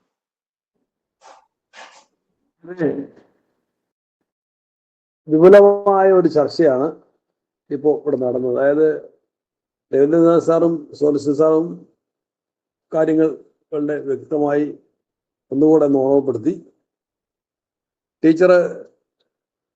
മിനി ടീച്ചർ ഇദ്ദേഹത്തിൻ്റെ കൊട്ടേഷൻസ്, അതായത് അവസാനം പറഞ്ഞ ഒരു പ്രസ്താവന കൂടി, അതായത് കൈരളിക്ക് നൽകപ്പെട്ട ഒരു വലിയ സമ്മാനമാണ് വൈക്കം മുഹമ്മദ് ബഷീർ എന്ന എഴുത്തുകാരൻ എന്ന ഒരു പ്രസ്താവനയോടുകൂടി ശരിക്ക് ഈ നമ്മുടെ ബഷീർ അനുസ്മരണം അവസാനിക്കുകയാണ്. കാരണം ബഷീർ തന്നെ പറയുന്നുണ്ട്, ഞാൻ ഇപ്പോൾ എടുത്തു വെച്ചിട്ടുണ്ട്, അതായത് VKN ബഷീറിനോട് മരണത്തെപ്പറ്റി പ്രതികരിക്കാൻ പറയുമ്പോൾ അദ്ദേഹത്തിന്റെ എന്റെ ചരമക്കുറിപ്പ് എന്ന് പറയുന്നൊരു എഴുത്തില് അദ്ദേഹം പറയുന്നുണ്ട്, he puts of till the last moment, അവസാന നിമിഷം വരെ ബേജാറില്ല. വൈക്കം മുഹമ്മദ് ബഷീർ മരിച്ചു, വാർത്ത വരുന്നു, എന്തിനാണ് മരിച്ചത്, അപ്പോൾ ഒരു കാരണം വേണം, അത്ര തന്നെ. അദ്ദേഹം പറഞ്ഞു, ഞാൻ മരിച്ചു, ഇനി എന്നെ ആരെങ്കിലും ഓർമ്മിക്കണമോ? എന്നെ ആരും ഓർമ്മിക്കേണ്ട എന്നാണ് എനിക്ക് തോന്നുന്നത്. കാരണം എന്തിനു ഓർമ്മിക്കുന്നു? കോടാനുകോടി അനന്തകോടി സ്ത്രീ പുരുഷന്മാർ മരിച്ചു പോയിട്ടുണ്ടല്ലോ, അവരെ വല്ലവരും ഓർക്കുന്നുണ്ടോ? എൻ്റെ പുസ്തകങ്ങൾ അതെല്ലാം എത്ര കാലം നിലനിൽക്കും? പുതിയ ലോകം വരുമല്ലോ, പഴമ എല്ലാം പുതുമയിൽ മറയേണ്ടതുമല്ലോ. എൻ്റേതെന്ന് പറയാൻ എന്താണുള്ളത്? എൻ്റേതായി എന്തെങ്കിലും ഒരു തരി അറിവ് ഞാൻ സംഭാവന ചെയ്തിട്ടുണ്ട്. അക്ഷരങ്ങൾ, വാക്കുകൾ, വികാരങ്ങൾ ഒക്കെയും 1 കോടി മനുഷ്യർ ഉപയോഗിച്ചിട്ടുള്ളതാണ്. ഇപ്പോൾ ഇതാ ഞാൻ മരിച്ചിരിക്കുന്നു, മതിയായ കാരണങ്ങളുണ്ടോ എന്ന് നിങ്ങൾ തന്നെ തിട്ടപ്പെടുത്തുക. ഞാൻ പറഞ്ഞില്ല, എൻ്റെ പക്കൽ അനന്തമായ സമയം ഒട്ടും തന്നെയില്ല. എല്ലാവർക്കും സലാം. മാങ്കോസ്റ്റൈൻ മരത്തിനും സർവമാന ജന്തുക്കൾക്കും സലാം. എന്തെങ്കിലും തെറ്റിയിട്ടുണ്ടെങ്കിൽ അണ്ടകടാഹമേ മാപ്പ്. എല്ലാവർക്കും മംഗളം, ശുഭം. ഇതാണ് ബഷീർ അനുസ്മരണത്തിൽ ഏറ്റവും നന്നായി പറയാനുള്ള ഒരു അവസാന വാചകം നിങ്ങൾ തുറന്നു. വളരെ ഭംഗിയായി തിരുവനന്തപുരം ജില്ലാ കമ്മിറ്റി വളരെ മനോഹരമായി ഇത് ചെയ്തു. ഇതിനകത്ത് ഇപ്പോൾ രവീന്ദ്ര സാർ വളരെ കാര്യമായി ഒരു കൂട്ടിച്ചേർക്കലുകൾ നടത്തി. അതായത് വീണ്ടും ഒരു വായനാ അനുഭവത്തിലേക്ക് എന്നെ കടത്തി വിട്ടു. അതായത് വായിക്കുന്നത് പലപ്പോഴും നമ്മൾ ഇപ്പോൾ ഇപ്പോഴത്തെ വായനകൾക്കുള്ള ഏറ്റവും വലിയ കുഴപ്പം, വായനകൾക്ക് ചർച്ചകളില്ല. ഏറ്റവും നന്നായി ഇപ്പോൾ ബഷീറിന്റെ വായനകൾ, ഇത്രയും കാലമുള്ള വായനകളെ വീണ്ടും ഒരിക്കൽ കൂടി ഒന്ന് ഓർമ്മപ്പെടുത്തി എടുക്കാനായിട്ട് ഈ ചർച്ച സഹായിച്ചു. അതുപോലെ ചർച്ചയിലേക്ക് എന്നെ ക്ഷണിച്ചതുകൊണ്ട് എനിക്ക് വീണ്ടും ഒന്ന് ഇതിലൂടെ കടന്നു പോകാൻ സാധിച്ചു. ഏതായാലും വളരെ ഭംഗിയായി ഇത് സംഘടിപ്പിച്ച ഇതിൻ്റെ മോഡറേറ്ററായ Jayaprakash sir, Mohan sir, Raveendra sir, സോർസ് സാറ്, കുന്നത്തൂർ ജയപ്രകാശ്, മിനി ടീച്ചർ, എല്ലാവർക്കും എൻ്റെ നന്ദി ഒരിക്കൽ കൂടി രേഖപ്പെടുത്തിക്കൊണ്ട് ഞാൻ കൂടുതലൊന്നും ഇനി വിശദീകരണങ്ങൾക്ക് നിൽക്കാതെ അവസാനിപ്പിക്കുകയാണ്.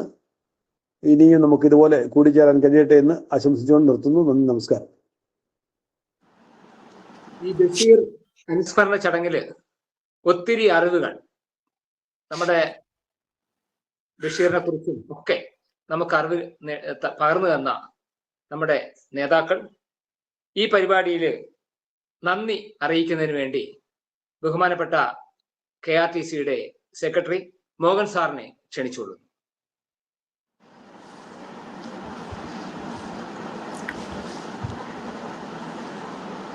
പ്രിയമുള്ള KRTC അംഗങ്ങളെ, സാഹിത്യ ആസ്വാദകരെ, ഈ വർഷം പുതുമയുള്ള ചില പരിപാടികൾ നമ്മുടെ വാർഷിക പ്രവർത്തന രേഖയിൽ ഉൾപ്പെടുത്തിയിട്ടുണ്ട്. അതിൻ്റെ ഭാഗമായിട്ടാണ് ഇന്ന് ഈ അനുസ്മരണം നടത്തിയത്. സംഘടന, സാമൂഹ്യ രംഗം പോലെ തന്നെ സാഹിത്യ സാംസ്കാരിക രംഗങ്ങളിലും പ്രവർത്തിക്കേണ്ടവരാണ് റിട്ടയേർഡ് അധ്യാപകരായ നമ്മൾ. അടുത്തൂൺ കാലഘട്ടത്തിൽ നമുക്ക് ചെയ്യാവുന്ന കാര്യമാണ് പുസ്തക വായനയും അതിലൂടെ കിട്ടുന്ന അറിവ് മറ്റുള്ളവർക്ക് പകർന്നു കൊടുക്കലും.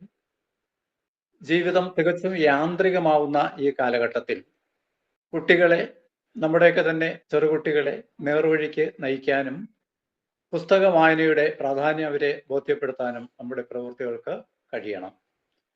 ബഷീറിനെ കുറിച്ച് വേണ്ടത്ര കാര്യങ്ങളിലൂടെ പറഞ്ഞു കഴിഞ്ഞു. അവതാരകൻ നല്ല പരസ്പര ബന്ധത്തോടുകൂടി അവതരിപ്പിച്ചു. അദ്ദേഹം പല പ്രധാന പോയിന്റുകളും പറഞ്ഞു. അദ്ദേഹത്തിന് വമ്പൻ സാഹിത്യം ഇല്ല എങ്കിലും നോബൽ പ്രൈസ് വരെ കിട്ടാൻ അർഹതയുള്ള ഒരു എഴുത്തുകാരനാണ് ബഷീർ എന്ന് പറഞ്ഞു. ബാക്കിയുള്ള കാര്യങ്ങൾ രവീന്ദ്ര സാറ് പുതിയ വിവരങ്ങൾ അതിനോട് കൂട്ടിച്ചേർത്തിട്ടുണ്ട്. സാറ് അവസാനം പറഞ്ഞ ഒരു അഭിപ്രായം, ഓരോ പുസ്തകങ്ങളെ കുറിച്ചുള്ള ഒരു ചർച്ച, അത് ഈ ചരമദിനത്തിൽ, ബഷീറിന്റെ ഈ ചരമദിനത്തിൽ അങ്ങനെ ഒരു പ്രത്യേക പുസ്തകത്തെ കുറിച്ചുള്ള ഒരു ചർച്ച ഉചിതമാവുമോ എന്നുള്ള ഒരു സംശയമുണ്ട്. ഇനി നമുക്ക് മറ്റ് പരിപാടികൾ വരുന്നുണ്ട്, കവിതകളുടെയും അതുപോലെ തന്നെ മറ്റ് കഥകളുടെയും ഒക്കെയുള്ള ഒരു പരിപാടികൾ വരുമ്പോഴത്തേക്ക് നമുക്ക് അങ്ങനെ പുസ്തകങ്ങളെ ബേസ് ചെയ്തുകൊണ്ടുള്ള കാര്യങ്ങൾ പറയാം. സുദർശന സാർ അതുപോലെ തന്നെ മനുഷ്യസ്നേഹിയും തത്വചിന്തകനും അതുപോലെ പുതിയ ഭാഷാശൈലി അവതരിപ്പിച്ച ആളാണ് എന്ന് അഭിപ്രായപ്പെട്ടു.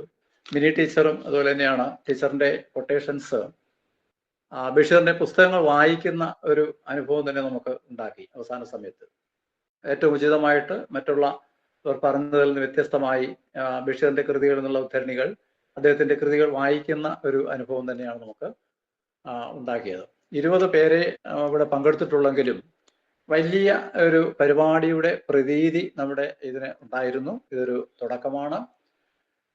ഇപ്പോൾ ഇതിൽ ചർച്ചയ്ക്ക് അവസരം കിട്ടാത്തതിന് കാരണം മണി 10 ആയിരിക്കുകയാണ്. അതല്ലെങ്കിൽ നമുക്ക് കുറച്ചുപേരെ കൂടി പങ്കെടുപ്പിക്കണമെന്നുള്ള ആഗ്രഹം ഉണ്ടായിരുന്നു. അത് അടുത്ത അവസരത്തിലാകാം. ഇന്നിപ്പോൾ മലയാള സാഹിത്യത്തെക്കുറിച്ച് സംസാരിക്കാൻ കഴിയുമെന്ന് തോന്നിയ 2-3 പേരെയാണ്. സമയം ഒരു പ്രശ്നമായിരുന്നു നമുക്ക്, അതാണ് ഉൾപ്പെടുത്തിയത്. അപ്പോൾ ഇനി പതുക്കെ പരസ്പരം അറിയാനും സാഹിത്യത്തെക്കുറിച്ച് ഓരോരുത്തരുടെയും കഴിവുകൾ നമുക്ക് വിലയിരുത്താനൊക്കെ ഉള്ള ഒരു അവസരം ഉണ്ടാവും.